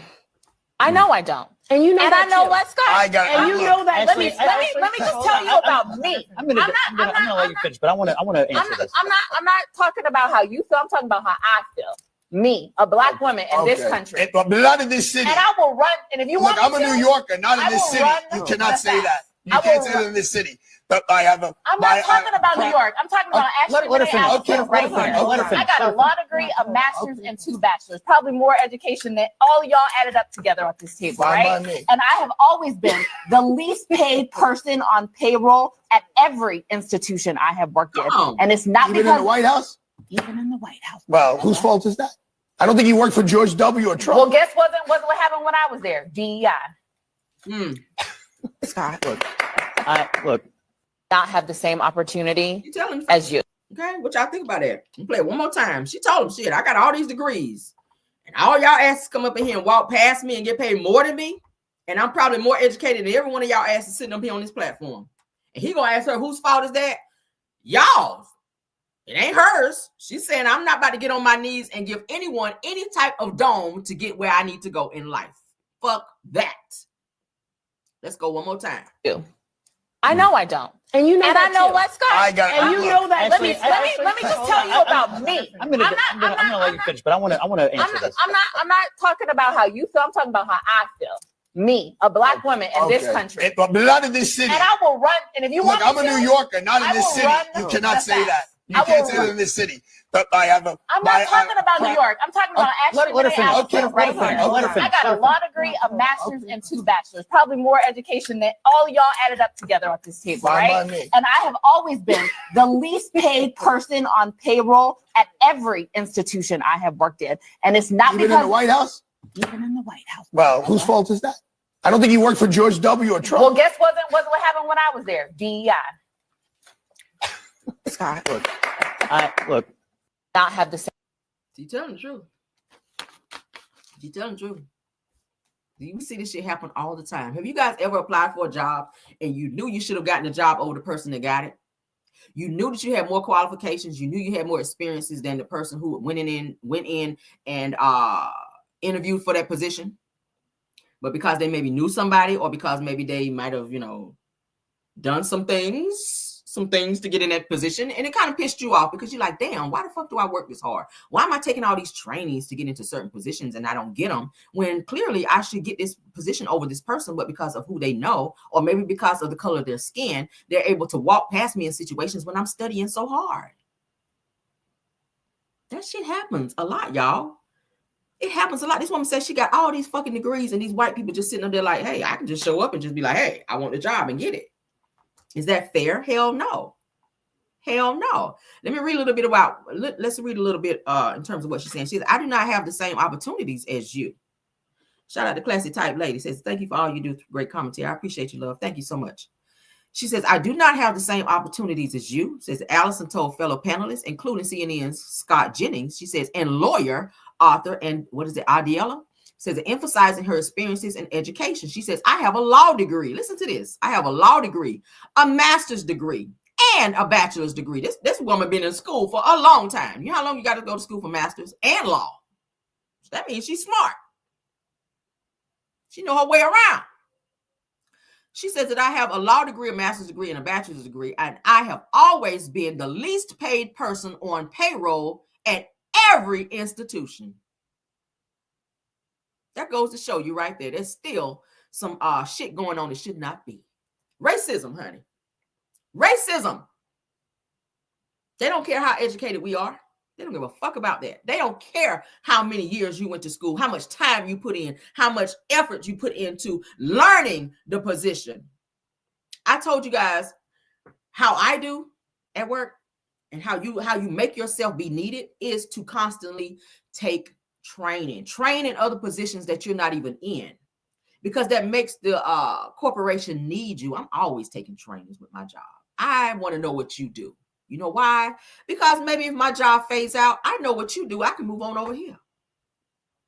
As positions open up, that's why they call it job shadowing. Go job shadow. Most jobs will allow you to do that. A lot of them, they allow you to take courses. I do that as well.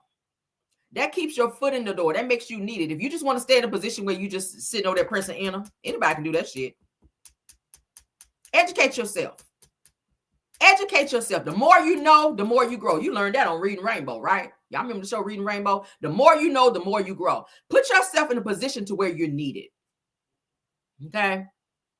Put yourself in a position to where you're needed. We're living in a day and time now where society choose who the fuck they want to choose over education. And that's not fair. No, it's not. But I'm not saying don't go out there and get the education because you need it. We're going into a phase now to where robots and shit about to take over jobs. Robots and stuff are getting ready to take over jobs. So how is it that you're going to be needed in the workforce in the years to come? Okay, how will you be needed? Why would you be needed if they're going to be going in that direction?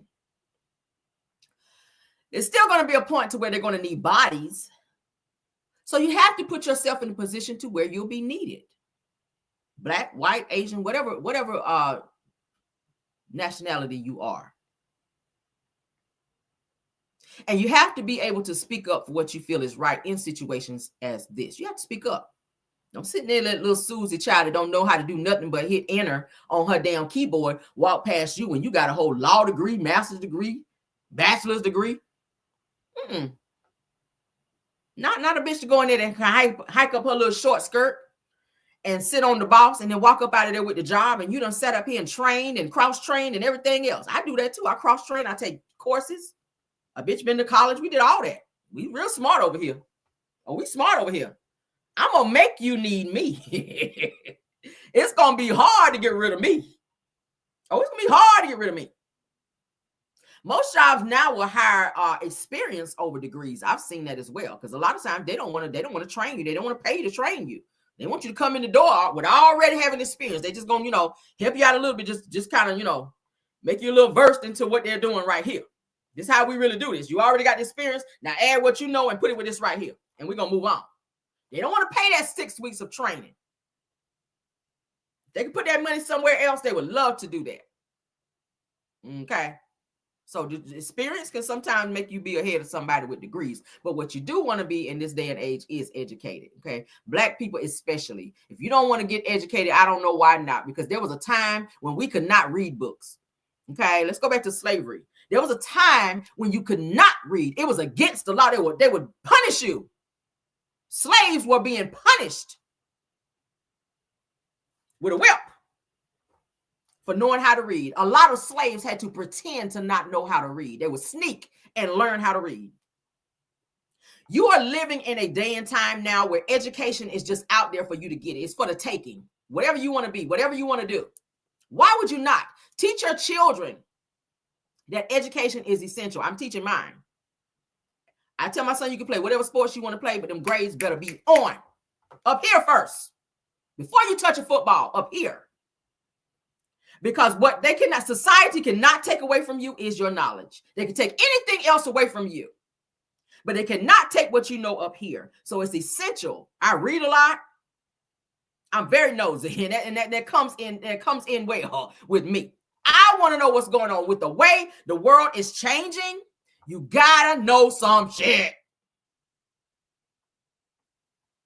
Make that a priority with your children because they're the future. They're the future in this thing.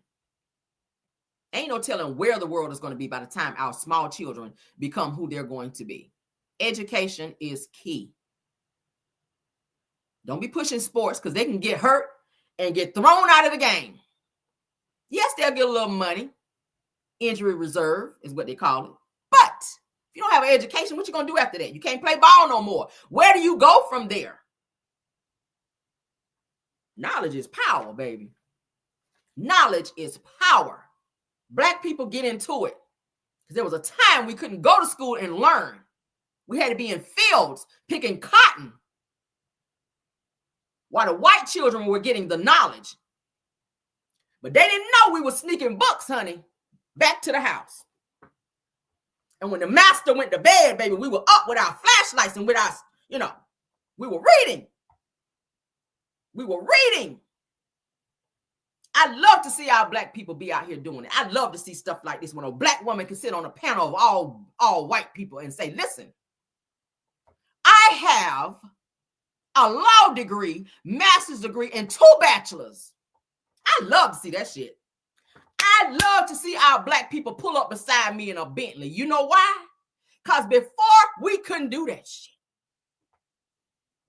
I love to ride through upscale neighborhoods and see our black people living over there. You know why? Because we used to couldn't do that. Candles, baby. Not flashlights, but candles, baby. You ain't having flashlights, baby. But candles. Y'all know what I mean. Work with me. I love to see stuff like that. I love to see people like Jasmine Crockett up there reading Trump down, educated as hell, can spar with the best of them. I love to see stuff like that. Because we used to be in a time where we could not do that shit. For real, for real. Educate yourselves, women, men, people, period. Especially our black people. Because they love to be able to have a reason to hold us back from being great. But when you don't educate yourself, you can't blame the white man for that. You're holding yourself back because education is out there. There's so many ways. If you ain't got the money, you can get a grant. There's no reason to not be educated. If you dropped out of high school, you can go back and get a GED. But if you're not doing that and you're just relying on working, jobs go away every day. Education is right here. It's right here. Get educated, people. I said all that to say this. Get educated. Get educated. Stop holding your own self back and blaming it on the white man. Stop doing that shit. For real, for real. For real, for real. They can take everything from you. Take your car. They can repossess your car. They can foreclose on your house. They can't foreclose on that knowledge. They can't repossess that knowledge. I bet you that. Get into it. All right. We ain't got to stay on this no more. I ain't got to read no more on that. That's some knowledge for your ass right there. Okay. Get into it, baby. Get into it. Make your job need you. When they have seminars, get in there. Take some notes. They offer you classes. Get in there. I do it. I don't want to sit there in that shit. It's boring as fuck. But I need it. I need it to get to the next level because we're headed to a place where technology is getting ready to be taken over. If you're not well versed, you're gonna fail. You're gonna be lost in the sauce, as they say. There's a reason why they keep having these seminars. There's a reason why they keep having these sporadic, changes and classes and stuff at your jobs. And if you're just like, I don't want to sit in that boring shit. Okay. I'd rather be bored today than jobless and not needed tomorrow. That's how I look at it. Get all you can and can all you get. That's my grandmother used to say that all the time. That's an old saying. Get all you can and can all you get. You might not need it right now. Okay? But you're going to need that shit later on. All right? I don't know who I'm talking to today. If you're just happy working a regular 9 to 5, good for you. Good for you. Your job be here today, gone tomorrow. What you got to fall back on? I always like to think ahead. What if? What if? Okay? I didn't want to go to college. That shit is boring. I was done with high school. I'm done with school. I'm ready to move on to something else. But I thought about that shit. I said, you know what? I went to school and I worked. I was preparing myself for where I am right now. I don't have to work as hard. I don't have to work as hard because I worked hard in the beginning. Y'all get where I'm going? I don't have to work as hard right now.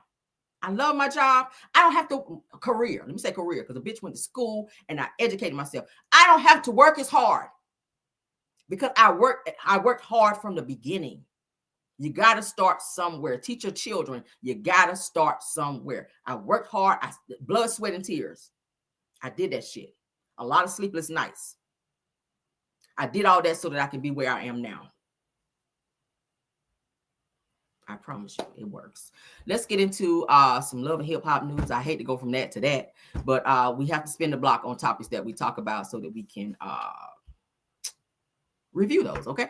All right. So let's get into it. Yesterday I played a video for you guys where little Scrappy from Love and Hip Hop was saying F his baby mama Bambi. He's tired of her and wanted her to apologize to his daughter, Emani. Emani has now spoken out. We're going to play what Emani had to say. All right.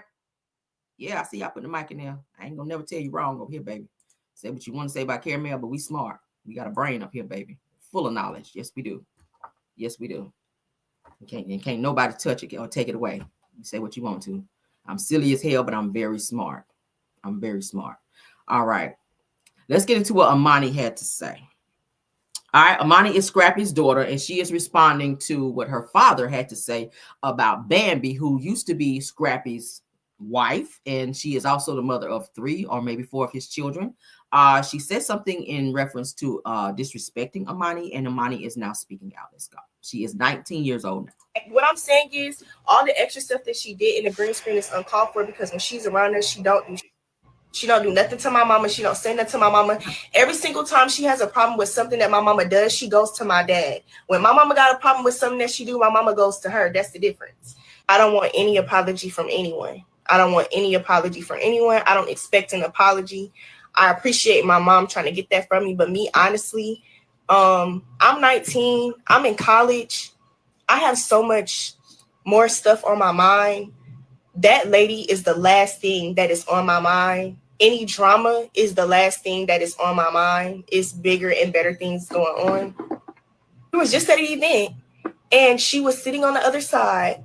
And I was singing my daddy's songs, being loud, stuck up the middle finger towards her and everything. Wow. Do y'all think she did anything? She was around me and my mother. Nothing happened. You want to know what she did? What I'm saying is she waited till me and my mother left, and then she tried to check my dad and go off on him. Sure. So all that popping it in a green screen, it does not faze me or my mom, because we've been around this lady several times and nothing happened. She's not going to bust a grape, quite literally. She's not going to do anything. I have matured from this situation a lot. So just a lie. I have told no lies. There is no lies. My mama never beat on me. I'm sorry. She didn't. There's no lie. She waited till me and my mother. Like, you fake. You a fake mom. You a fake person. You know what I'm saying? And nah, you ain't got to apologize to my daughter. But guess what? I ain't gonna never let nobody do my other kids like that. You know what I'm saying? I didn't even know that you was on that, because like if I knew that, we would never got married, man. I never married your punk. For real. Like, somebody that don't want to apologize to a kid for lying on a kid. You a sucker. You a whole sucker. I don't give a fuck about you. I don't give a fuck about you. But back to this right here. Shout out to my mom, baby mama Erica Dixon, because she's a real one. She's a whole real one. Like, you fake. You a fake mom. You a fake person. You know what I'm saying? And nah, you ain't got to apologize to my daughter. But guess what? I ain't gonna never let nobody do my other kids like that. You know what I'm saying? I didn't even know that you was on that. Cause like if I knew that, we would never got married, man. I never married your punk. For real. Like, somebody that don't want to apologize to a kid for lying on a kid. You a sucker. You a whole sucker. I don't give a fuck about you. I don't give a fuck about you. But back to this right here. Shout out to my mom, baby mama Erica Dixon, because she's a real one. She's a whole real one. Like, You know what I'm saying? She's a whole real machine, faking for no Instagram, ain't faking for no TV, and doing that. And I apologize to her for all the stuff that I ever said about her that was negative. You know, some of the stuff was real, but majority of that shit, I was just mad. You feel what I'm saying? For what she was doing to me at the time we was going at it. But that is a real person, cuz that is a real motherfucker, cuz. You know what I'm saying? She's a whole real machine, faking for no Instagram. Wait, ain't Erica at the baby shower? Why she ain't mad at her? I asked her that. Erica says to me, she was like, well, could you get Bambi to apologize to Emani? For what? Yeah. That bitch needs to shut the up for real. I'm not apologizing to none of y'all. None of y'all. And if y'all just want some more smoke, we can have it. By the way, the new baby mama too, because I'm tired of trying to be cool with all these all them. And I'm gonna call you back when I get finished with this green. Bye. Wait. She was like, well, that's great. She already done started telling the babies, y'all got a new sibling that's about to come. I love that. I love that. Well, why she want to have me and she need to have that same meeting? It's overdue with Emani and apologize for lying on her. So you can plug that bug too. That's still been in the air. That's the elephant that's been in the room for quite some time now. I'm gonna tell you, I'm gonna have that talk too. The whole Emani and Bambi thing happened years ago, but I don't care how long ago it was. Bambi definitely owes Emani an apology for lying. Child. All right, so now let's get into what Erica Dixon had to say, because I found her response to all of this as well. All right, child.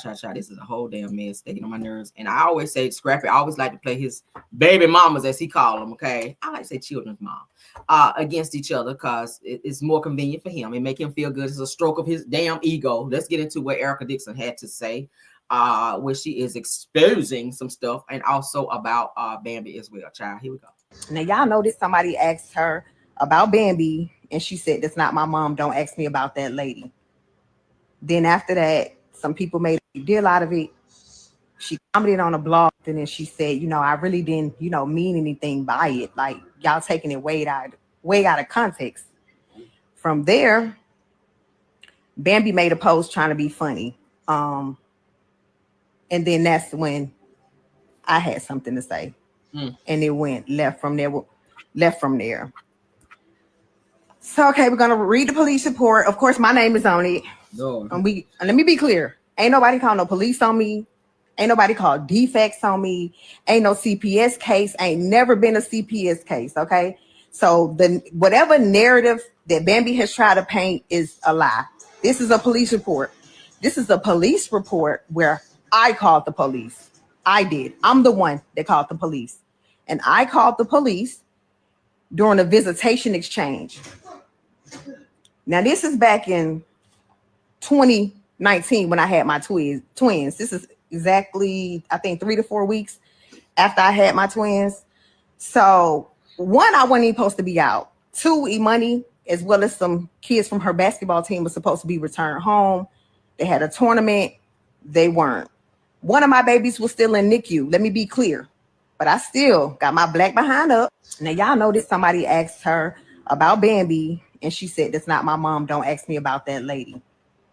Then after that, some people made a deal out of it. She commented on a blog, and then she said, I really didn't, mean anything by it. Like, y'all taking it way out of context. From there, Bambi made a post trying to be funny. And then that's when I had something to say. And it went left from there. So it looks like there was some type of police report and all this other stuff dropped there. She was going to read the police report. Thank God she didn't, because I didn't really want to hear all that shit anyway. So they're all going at it. And all of it is stemming from something that Scrappy is asking Bambi to apologize to his daughter, who is 19 years old, when y'all just saw the daughter saying she done lift the middle finger up to Bambi and all this other stuff. Like, it's so childish. Just some high school bullshit, to be honest with you. And I'm so sick and tired of Scrappy playing his baby mamas, as he called them, against each other, because it's just dumb. Y'all just live your life. Live your life. Scrappy, stop having kids. Like, that's one way to stop all this bullshit, because all these damn baby mamas you got, like, stop it. And you love to play these women against each other. You've been doing this shit to Erica Dixon from the beginning. You played her against Shay. And you also played her against Diamond, and she's still sticking around putting up with your bullshit even after the fact. Your daughter with her, she's grown now. She's 19. She's 19. She's a whole grown woman herself. And y'all still back and forth in the bullshit. Like, stop it. Scrappy, you just had a whole threesome baby. And now you want this girl who you done had this threesome baby with to be in the same circle, this triangle with all the rest of these women that you deal with. And now you playing her. She's a part of the game now. You playing her against Bambi. You playing her against Erica Dixon. You playing her against your daughter. You playing her against anybody that you can. And you blaming everybody else and telling them they need to apologize. No, nigga, you apologize for putting all these women in this situation. Apologize to all these women for making them single mothers in the hood. Apologize to yourself for not being a man in this situation. That's who need to be apologizing. Fuck that other stuff. Like, I'm sick of this. Apologize. Men like him, can we even call him a man? Can we even call you a man, Scrappy? If you're watching my video, you, sir, you are the disgust of black men in this situation because you lay up unprotected. What is this, 2025? It's unheard of for people to just be out here having threesomes unprotected and having babies in said threesomes and want to normalize that bullshit. Like, we're not doing that. We're not doing that. It's all types of contraceptives out there now. If you want to be out there having that type of activity, protect yourself, because all you're doing is making more single mothers in the hood who got to be on government assistance for me to pay for. Working women like myself.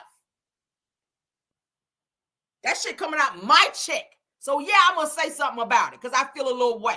And anybody else in my chat, I'm pretty sure who work hard to build and to grow businesses and everything else got to have their money taken from bitches like you sitting out here humping around like Bobby Brown, making single mother after single mother after single mother, being irresponsible. And you still ain't got your shit together. Because how long you been on Love and Hip Hop? You don't own a house. You don't own a car. Everything you got is rented and or leased. Nigga, you should be set by now. You should be set by now. Your focus is on women and how many you can get an image. You ain't put out no album. You supposed to be a rapper. Where your album? I mean, I know you got about 2 fans now, but damn still. Like, stop this bullshit. They get on my nerves with this. That's all y'all think about. And they still out here capping for this sorry ass nigga. Still out here capping for him. Bambi, you too. You too, Bambi. Nobody told you to marry this sorry ass. You already knew he won't shit when you married him. Get off my damn internet with that. I feel like that's time I can't get back out of my life. That's time that I cannot get back in my life from this bullshit right here. But I had to address it because it's sorry ass niggas out there like that want to be out here issuing, telling somebody else to give an apology to somebody. You the first nigga who's supposed to be apologizing. The first person apologizing for your sorry ass. Sorry ass. All these women out here running around with these kids by you. Bambi done laid up their head 3 or 4. And you hop your ass on the internet. I don't give a hot damn where y'all are in your relationship. That's still the mother of your kids. Your children are going to grow up and see that same video where you calling their mother disrespectfully a bitch. I don't give a fuck how you feel about her. There's some type of reverence that still is due to her because she laid down and carried your seed and had your children. And that go for anybody else in my chat. Stop that mess. I don't care if you don't get along. There's still a certain level of respect that you owe the person that had your children. You don't have to like that person. You gotta love that person. But there's still a little bit of respect. And the same thing go for you too, Mama D. Same way. Stay out of his business. You didn't raise your son. You out here being a female pimp of women. You don't respect women either because you don't respect yourself. You had women laying down in your son's bed where he lay his head with all kind of juices and mess dripping in his bed, sleeping around. You were pimping women out on your son's bed, and that shit was also put out there as well. He cried about it on national television. So spare me. If anybody need to apologize, it's y'all hoes. I'm sick of y'all. Get on my screen, bye. I got them on. Moving on, child. Moving on, child. Let's get into some marital medicine news because we got it. Get them hoes off my screen, child. I ain't got them on. Hoes will be hoes, child. You don't save them. They don't want to be saved. They don't want to be saved. I ain't saving nobody. Don't want to be saved, honey. Let the Lord work with you. I ain't got no more. Let the Lord sup with you, child. I ain't got no more for you. Tell somebody to apologize. Nigga, you the first nigga that should be apologizing. Out here, old dirty dick bastard. All right, let's move on. Num your whole rain ye kill. Exhale, child. All right. Lord have mercy. Got me out here hollering on a Friday. All right, so let's get into this news, child, that I hope y'all can use. Shout out to Bravo Shade Room. Helen's still out here telling stuff that scenes that ain't been seen yet on Married to Medicine. She might be getting fired here soon. Her ass keep doing it. But she did reveal. I told you guys that there's been some tension going on between Quad, her new man King, Dr. G, and Sweet T. So there's Heavenly already revealed that during a scene on Married to Medicine, where there was a little game that was played because they had like a couples trip, and Heavenly put a game together where they were asking all the couples how often do they have sex in a week. Quad was saying she and her man do about 14 times a week. I was like, damn, girl, you're beat up down there. But and then they got to Dr. G and Sweet T, and she says that they do it respectfully twice a week. And I was like, that's it. But anywho, child, so Quad, of course, tried to chime in and was trying to make fun of their situation in terms of saying she gonna put together their baby shower and y'all should be getting it in more, and she getting it in more with her man. It was a whole mess.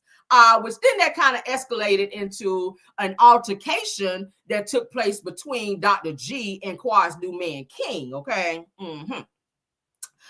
So Heavenly is seen here talking to white chicks, Sherelle's world, honey, because I don't fool her, but we got to play it because she's in this clip, honey. White chicks, white chick twin, I'm calling her that. White chick twin, Sherelle child from Sherelle world, and Perry with his moist ass. Let me go ahead and say that because I don't fuck with him either. Talking about this situation with Heavenly, and she ain't even supposed to be talking about it. Let's get into it, child.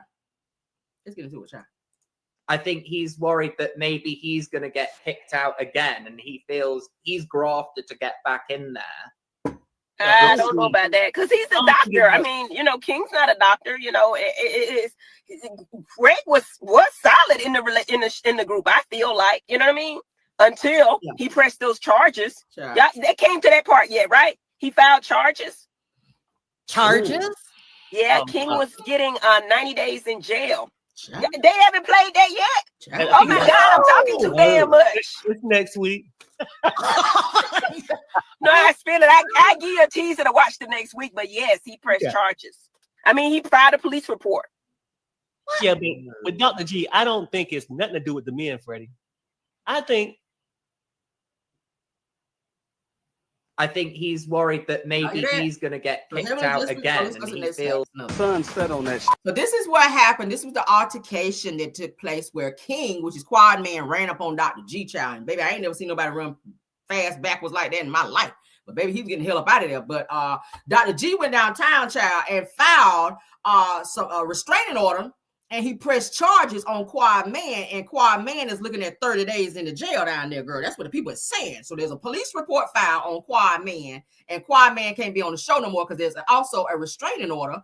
And Dr. G also pressed charges at which, because there was contact made according to what was said. So Quad Man about to be in jail and whatnot. Okay, so let's get into it.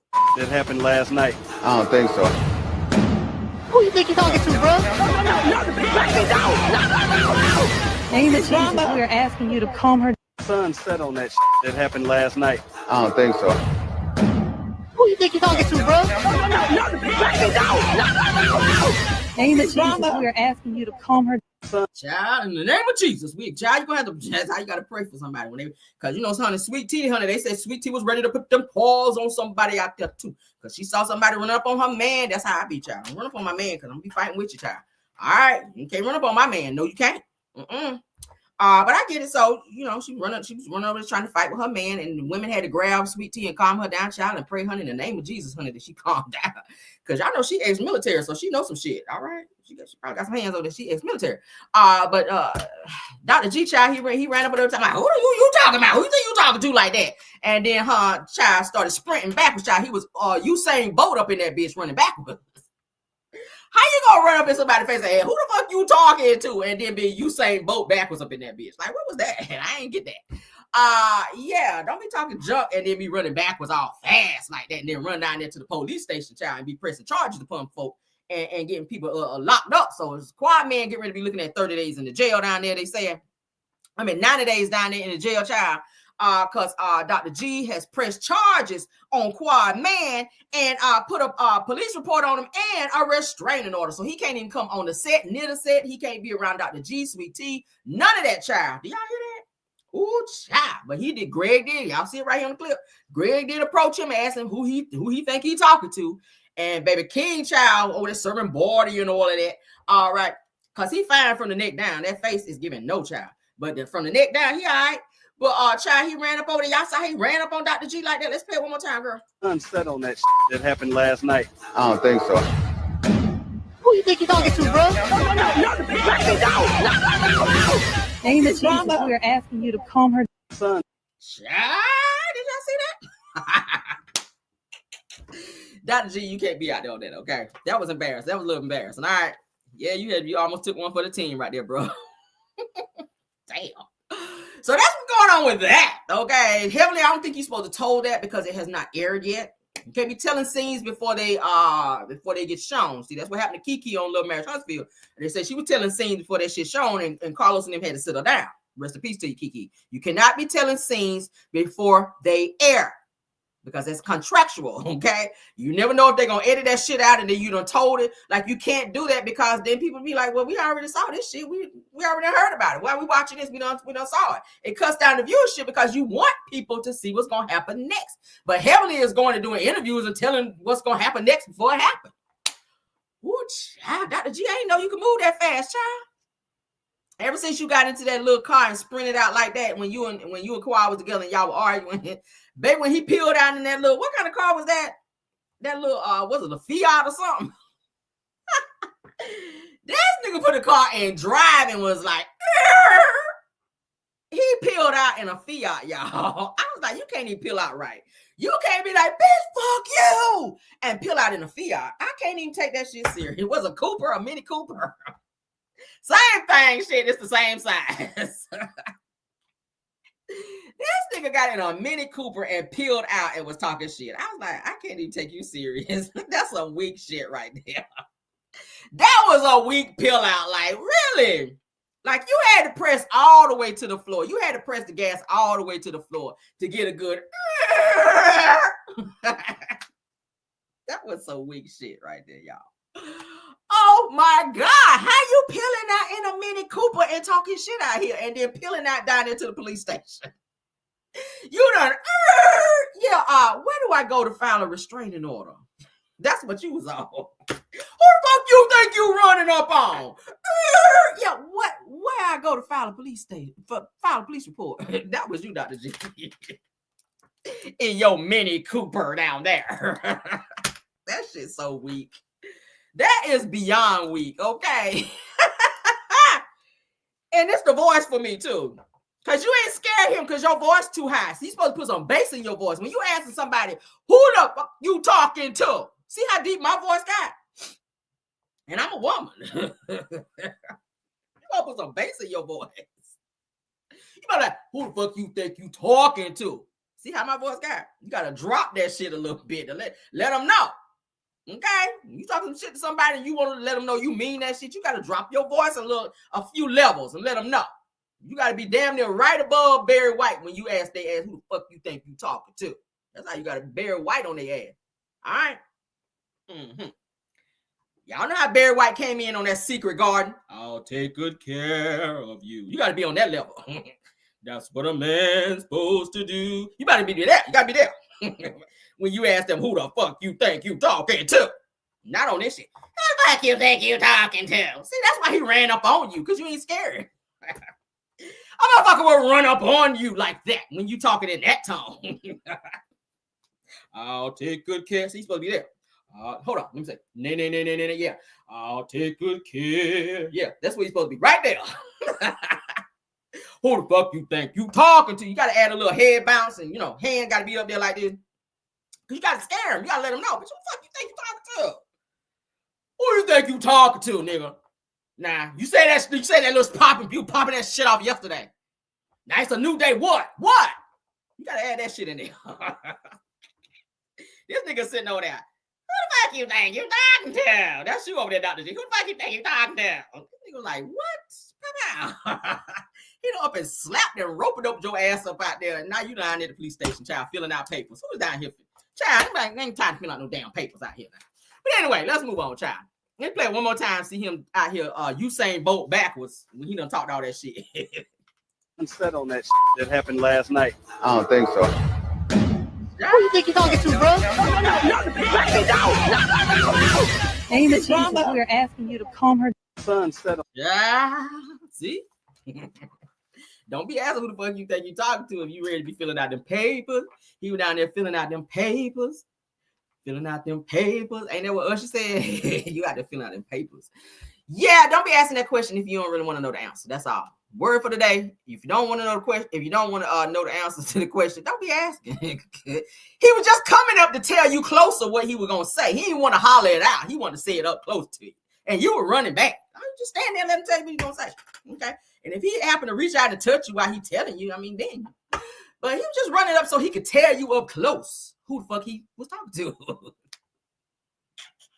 Look at me trying to instigate some shit. Stand there and tell you who the fuck he even talked to. What you running back there for? This nigga running all over the beach and whatnot. What you running all over the beach for? Stand there and tell you who the fuck he talked to. Okay. I want to see that shit. I like to see a little altercation from time to time. Now, you know, I don't like violence all the time. But from time to time, I want to see a little altercation pop off. If you asking somebody who the fuck they talking to, you know, what's going to follow is who the fuck they talking to. They going to go up and let your ass know who they talking to. And I want to be right there and see it. Because everything stops then. I don't care what's going on over here. Somebody can get in a car wreck over here, all that. Okay, you done ran into a tree. I don't care about that shit. I'm right here with it. Like, what? What's going on right here? That's a child, you over here. You need mouth to mouth. That's got to wait. Because right here is an altercation, baby. I need to see what's going on right here first. And then we'll talk about that mouth to mouth. All right? Because I don't do them anyway. But anyway, let's get on with this next topic, child. Rest in peace to Irv Gotti. Okay.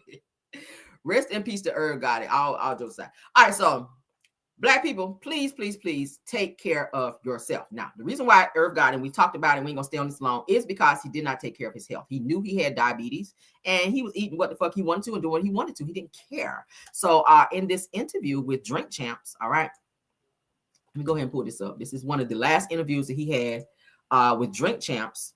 And I'm gonna play it for you guys so that you guys can see. Shout out to Golden Stories, because that's why I watched it. All right. Irv Gotti opens up about living with diabetes, and this interview was back in August of 2023. All right, shout out to Golden Stories. So as you guys know, rest in peace to him. He passed away on the 5th of this week, okay? February the 5th. They said at 2:19 a.m. from what I read. All right, 2:19 a.m. he took his final breath. So Irv Gotti has passed away. Rest in peace to him. June 26, 1970 to February 5th of 2025. That's still crazy to say that. Rest in peace to Irv Gotti. Like, I'm still like blown by that shit.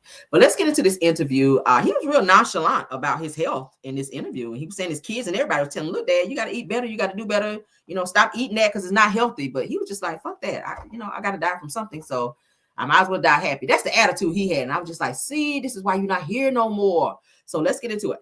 All right, boom. Your family was telling you not to come here because of a health condition. Like, because health is important for all of us. Right? My boys and Angie, my daughter's the illest protector of me. It just didn't want me drinking and smoking. All right. You know, my diabetes, my number's been high. What is diabetes for a person that don't know? I don't fucking know. It's your sugar levels in your body. Levels. Right. So that's the thing where people be like, it's rampant with Black people. It's dangerous. Right. It's dangerous though. It starts deteriorating your body. And you good? Like you got it under control? No. Oh wow. Oh wow. Okay, because when you been diagnosed, or this is a recent thing? I've been diagnosed with diabetes forever. Because it's like the smallest I've ever seen you. Like it's hereditary. Yeah. Okay. You have to do insulin? Time to time, not all the time, but time to time. Okay. When my number gets too high, shot. I heard that it's reversible. Yes, it's reversible, but it's really a diet thing. You got to change the way you eat. Like be a vegan. You got all that, but you know it's fucked up with diabetes. So anything that's you're gonna like or taste good, horrible for you. This is why my kids get mad, because I'm telling them like, yo, I'm gonna live. Right. Like y'all motherfuckers want me to die. Right. And not enjoy life. I'm gonna enjoy life and do certain shit. Right. No, Dad, but you can't do that. I'm like, guys, stop me. All right. Because it's like I gotta live. All right. So yeah, I'm gonna have the fucking watermelon. Watermelon. Goddamn, make some watermelon. Wow. But what you're supposed to do? Y'all sitting there clapping and his ass gone now. Now you see. I'm gonna live. I'm gonna eat the fuck I want to eat. Fuck that. Okay. Exercise. All right. Your family was telling you not to come here. Y'all hear that? He was just like, he don't give a hot damn. I'm gonna eat what I want to eat. But I mean, my thing is this, and we talk about health all the time over here. Health is definitely wealth. Definitely take care of yourself, because as your body gets old, as you get older, your body can't really do it like it used to and fight off, and drop weight and stuff like that like it used to. Okay. For real. It's got to be a lifestyle. Eating healthy, being healthy is a lifestyle. It really is. It's always an alternative. Like for me, I do like non-sugary drinks because I just know, like, hell, me drinking sugary drinks, that shit gonna go straight to my thighs and to my tummy area, and we don't want that. So I do alternative. Gatorade, we do no sugar Gatorade. And I had to adjust my taste buds for that reason, for the things that I like. And I do one day of a cheat day to eat whatever I want. Every other day, I'm healthy eating. Salad, I love salad. You can eat salad so many different ways, like for real. You really can. And in moderation, eat the things that you like in moderation. But for me, I got with a dietitian and I said, okay, what can I have? What can I not have? Okay. And I said, for me, just so that I don't just completely get rid of the things that I love, I'm going to do it one day a week. I'm going to have what I like to eat one day a week. And I still exercise and I still do it in moderation. I'm going to eat cheesecake, but I ain't going to eat the whole slice. I still get to have the things that I want and not go overboard with it. And that's how you have to be. Know your body, know the things that you can have and where that sugary stuff gonna go. Don't be drinking all that damn sweet tea and stuff. I do unsweet tea. When I go out, I put my own sugar. Okay. And I don't even use sugar. I use like Equal or something like that. Okay. But you have to, it's always an alternative for things that you like. If you like sweet tea, you can still have sweet tea, but just don't get it where they make it. Get it unsweet and put your own so that you can control, the intake of what you're putting in your body. Okay. Cut back on a lot of salt. Definitely eating out fast food. That shit is not good for you because you don't even know what's in it. They put all these preservatives and all that shit up in it. You don't know. All right. And then too, you got these young people back there cooking and they throw your damn sandwich on the floor and stomp on that shit and wrap it up and put it in the bag so you can eat it. Yeah. It's alternatives. It's levels to it. It's levels. If you go out to eat, this is something that I learned. Let me help somebody, all right? Because I told you I sat with a dietitian because Caramel used to be chunky. I shared some pictures on my TikTok. I used to be chunky. But I started taking my health very serious because I was like, I do not want to get up every morning and take medicine just to go through the day, just to get through the day. I don't want high blood pressure. I don't want cholesterol issues. I don't want that shit. I want to be healthy. I want to put on my little tight shit and look cute. I want that. I want to be around for when my son get older. I want to see him and I want to have grandkids. I want to be around for that. So in order to do that, I got to change my lifestyle. Okay. I got to change it. I drink a whole case of water in a week. I drink a lot of water. Now, I like cranberry juice. I love it. Orange juice, cranberry juice, that's not going nowhere. And I like apple juice. So those things are not going anywhere, but it's called moderation. Okay. Now, when I go out to eat, I go ahead and I get a to-go box. And you know what I do? I break my food up and I eat half, probably not even half. And I put the rest of that shit in my to-go. I go ahead and put my food in the to-go because as long as you're sitting there looking at it, you're going to want to eat it. Pack that shit up. That's what I do. I promise y'all. Moderate. You got to do it in moderation. There's a reason why your cooking spoon is the way that it is. Stop piling on two cooking spoonfuls on your plate. Put one. Cut back. I drink a bottle of water before I eat my food. You know why? It makes me feel full. And it helps with digestion. I'm going to teach y'all something. These are things that I do. And I started looking at my weight going, water make you feel full. Drink a bottle of water. It's going to also help with digestion because everybody's supposed to have a BM, that's a bowel movement, every day. So drink a bottle of water before you eat a meal. When I go out, I ask them, can I get a to-go box? They be looking at me like, you just sat down. Bitch, do your job. Can I get a to-go box? All right. They bring that shit to the table. Put that shit half my food up. Because most of the time, your places like that, I ain't going to eat all that shit. I ain't doing no buffet. I stop all that shit. Because for what? It's a sin to glutton. What they call it? Gluttony. That's a sin to eat all that fucking food anyway. You're supposed to eat just till you get full anyway. But some people just still push. I know it'd be good. Break that shit up. Go ahead and get your to-go box. Put half of your food in there. Close that shit up. Put it in a bag. Because as long as you're sitting there looking at it on your plate, you're going to get that food, that fork, and go right back to it. Right back to it. You sitting there talking. Girl, yeah. Girl, and George, girl. George got on my motherfucking nerves yesterday. Girl, hold on. You still sitting over there talking and eating. Put that shit in a box. And eat the rest of it later. Go out. Get you water. Order water with your food. You have tea, whatever you're going to drink. I cut back on sodas. I buy the little tiny cans like this of ginger ale because I used to like Sprite and Dr. Pepper. That used to be my thing. I cut that shit out. I said, nah. You know how much sugar is in soda? That shit went right to my midsection and my legs. I cut that shit out. And now I buy the little tiny cans like this of the ginger ale, and I only drink those like if I have like indigestion or my tummy feels like a little weird. Okay. Little cans like that. And half the time I don't even drink the whole one, just enough to kind of get that little burp that I need to get that shit out of there. But yes. Oh my God, y'all. Black people, we got to take care of ourselves. Diabetes is high in the Black community anyway.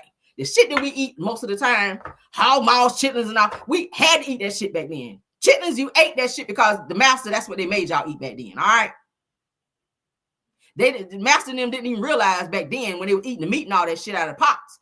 The broth, that's where the real substance was. That's what we got back then. Let me educate y'all because I know some shit. I read a lot.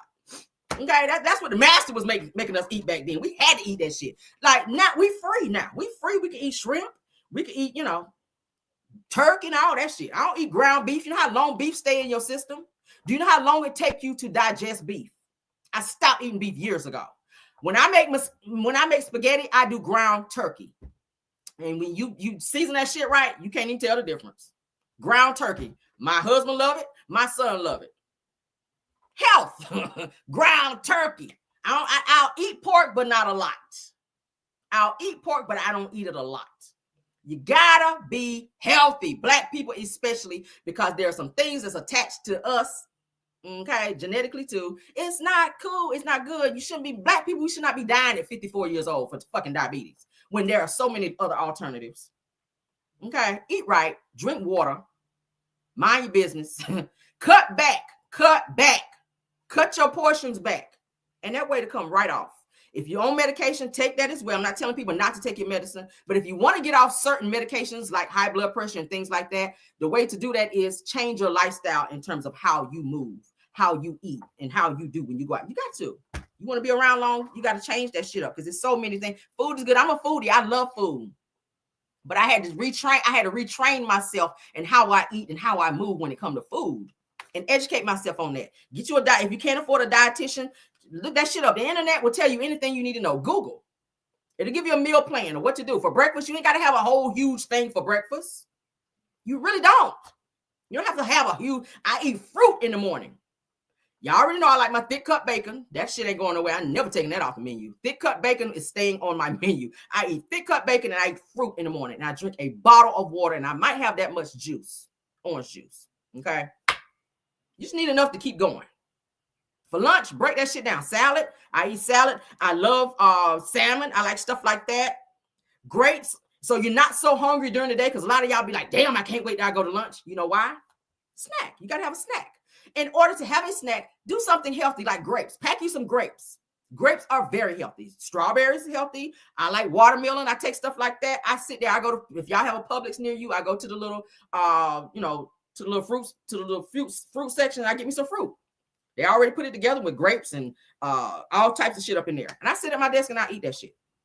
Or even if I'm home, I eat fruit. That keeps me from being hungry. So by the time I eat lunch, I really don't want all that food. Child. That's how I do. And I guarantee your weight will drop. Drink a bottle of water before you eat a meal every day. Okay?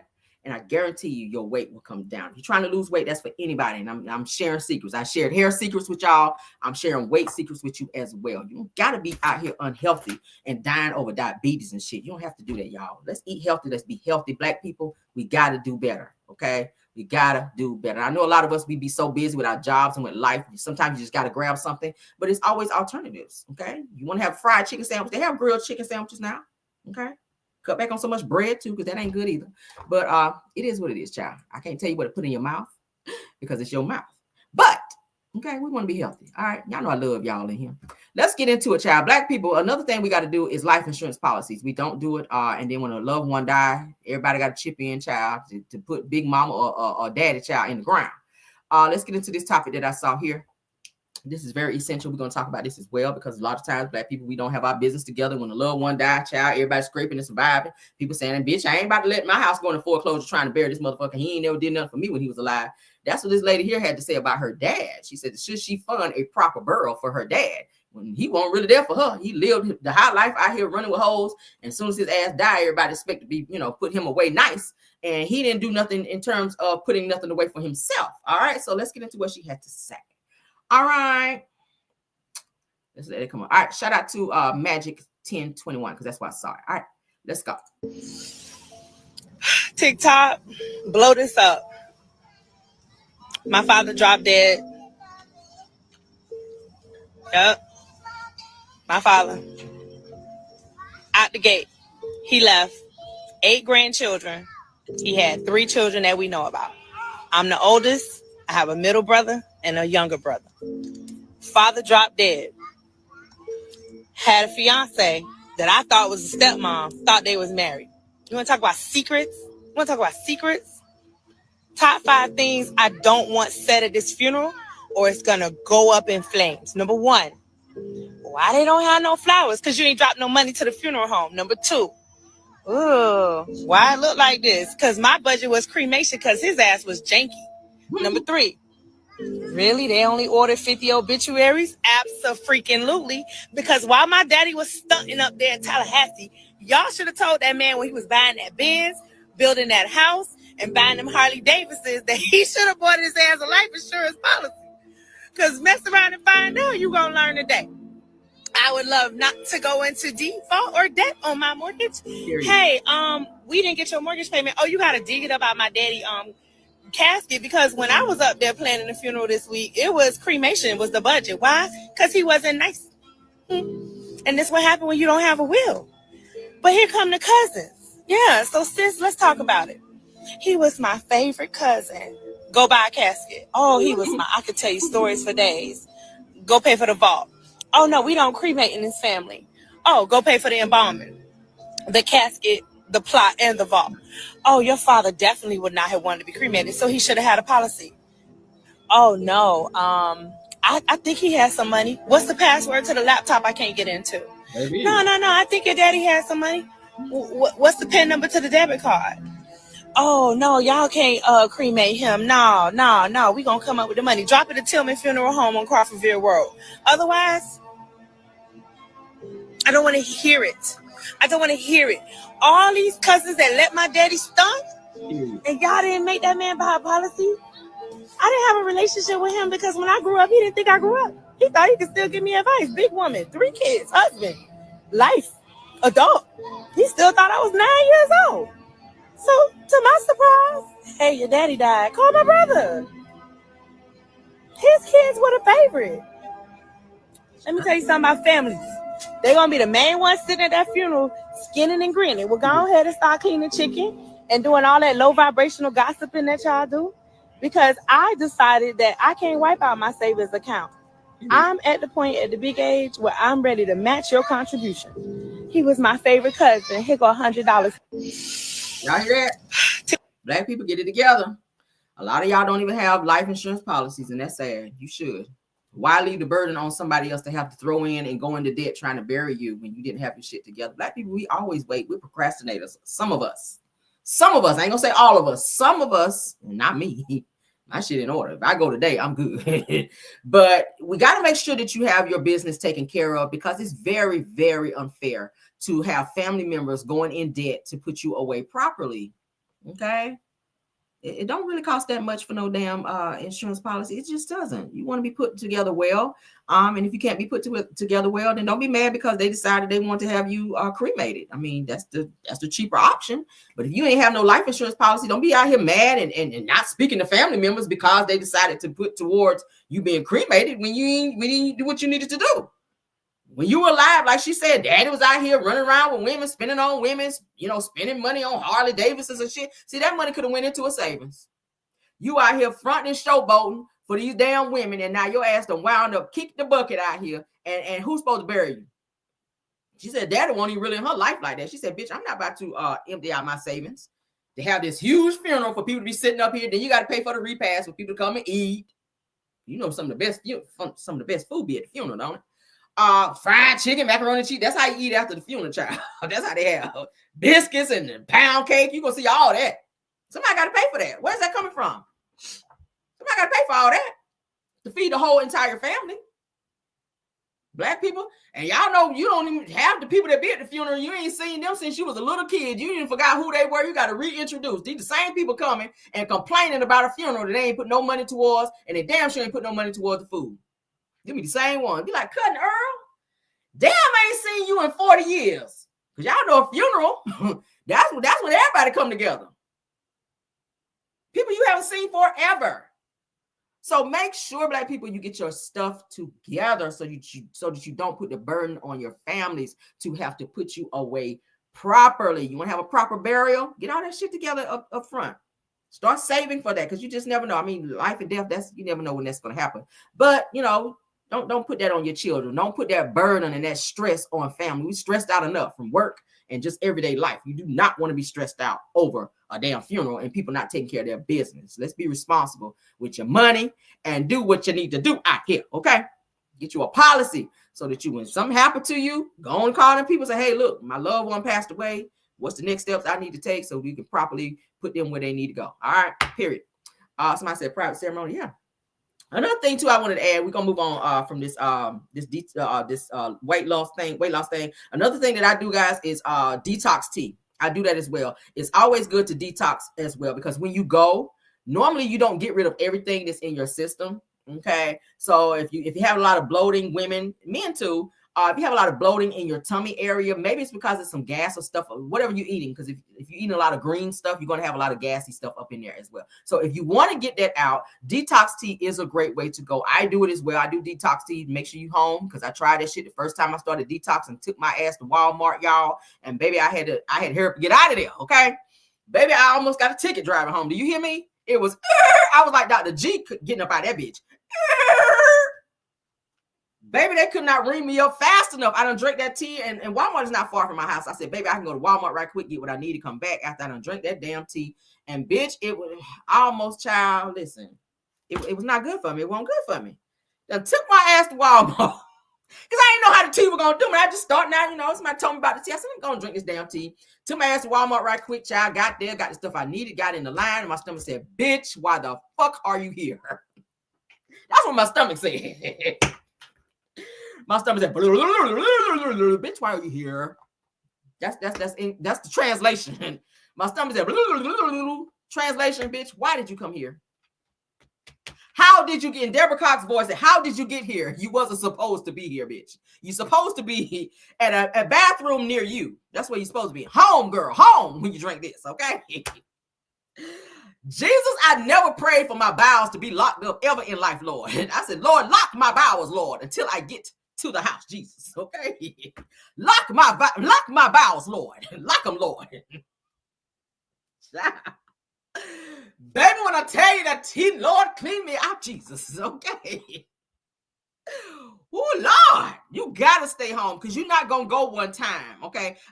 Tomorrow, I'm going to have to, when I go live again tomorrow, what later today? I'm going to bring up the tea that I use, baby, that will send you, Lord, to the upper room, Lord, okay? Well, you got to go and get that stuff up out of you, Jesus, okay?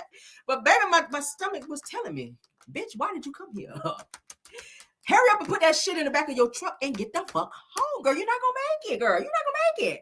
Girl, I was running red lights and everything, Lord.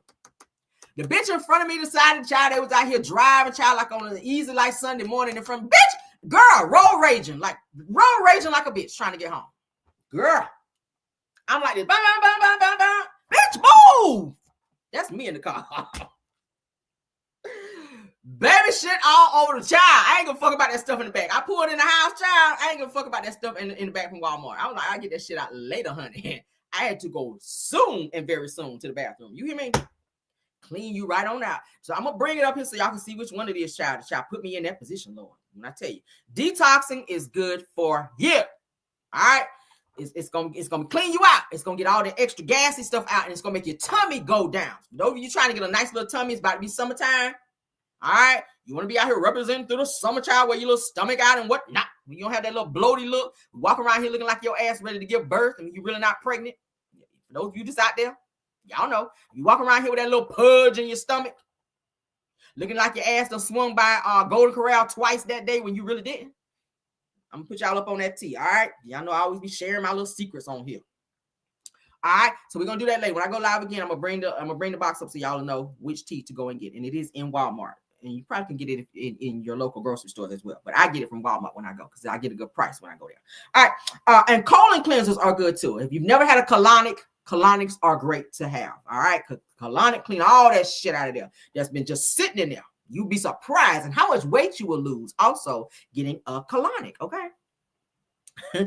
Diego, what are you saying? It says, so you calling me fat? Great. I'm not calling anyone fat. I'm trying to tell you guys how y'all could be out here serving the girls. That's all I'm saying. I'm trying to help you. Shit. These are things that I do. All right, y'all saw my pictures of bitch's stomach is flat out here, okay? We fine over here because we do what we supposed to do. But I'm trying to help y'all. Colonics are good. Go and get you a colonic. They don't cost that much. Okay, and if you get them on a regular, they give you like this little plan where you get a little discount, where you get like a little package where you go and you pay here. All right, that's how I do. Go up there, lay on the table, child. The first time I was nervous as fuck because I don't like nothing on my ass. I'm sorry. That's where it go. You got to put a little thing up in there, and you lay there on this table, and it's got like a little thing down there where they wash all the shit up out of you. But literally, and you clean yourself out. A colonic is good to have. If you've never had one, don't be scared. I was scared as fuck the first time, but now I'm a novice at the shit because I go on a regular, okay? For those of you that need to go and get that stuff cleaned out. Especially if you are a beef eater. If you eat a lot of beef, get that out because beef stay in your system. You don't pass a lot of that stuff when you just go regularly. So go and get you a colonic. And also in between getting colonics, you can drink detox teas, all right? To detox your system out. And make sure you're drinking water. And every time you eat something that day, I'm going to let you know the shit coming right back out. So just stay on the toilet. Fuck it. Eat, get right back on the toilet because it's going to send you. You're going to get that urgency to go, and you're going to go. And it's going to clean you. And that's what it's supposed to do, okay? Somebody said, love colonics? Absolutely. I'm trying to put you on game. If you got that pudge in your stomach, get a colonic. It's something in there that's not supposed to be in there. It's food, it's stuff, backed up waste, okay? And a lot of that stuff has to do with like different diseases and stuff too, because your body's supposed to be clean. Colonic, your skin, y'all see my skin, y'all always compliment me on my skin. I don't wear a whole lot of makeup. If anything, I wear pressed powder because as y'all see, sometimes y'all see me like wiping my face. I sweat a lot, especially y'all see me behind these damn lights. I feel like a fucking rotisserie chicken when I'm up here trying to give y'all this news I know y'all can use. But for me, I put pressed powder on my face. I don't put no whole lot of fucking makeup because I don't need it. I eat right and I get colonics and it cleans your skin. Colonics will clean your skin to where you have clear skin. If you got a lot of bumps and shit going on, it's something internally. Okay, I promise you. Eat right. Colonics, detox, do that shit. Let's move on.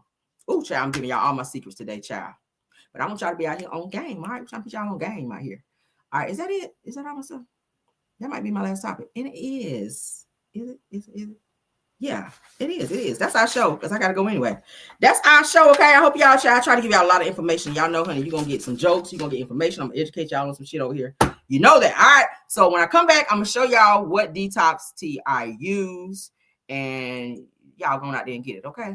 But that's it. Let's get on out of here. I love you guys. Thanks for all 700 and something you guys watching me. Thank you to my Maz, Bill Wilson, KBR, Tyra, and Scorpion Miss. Thank you to all of the content creators that stopped by True TV Podcast. Thank you, Sunny Days, Purple Unicorn, Dairy Talk Show, Messy Health ATL, Boss Lady Brand, Girlfriend Chronicles of Kim K. Love seeing her. If I miss anybody, please, Maz, let me know. Please, Maz, let me know. I'm going to drop the link again to Miss Melody Cherie's hold on. Ooh, what happened there? No, I didn't mean to do that.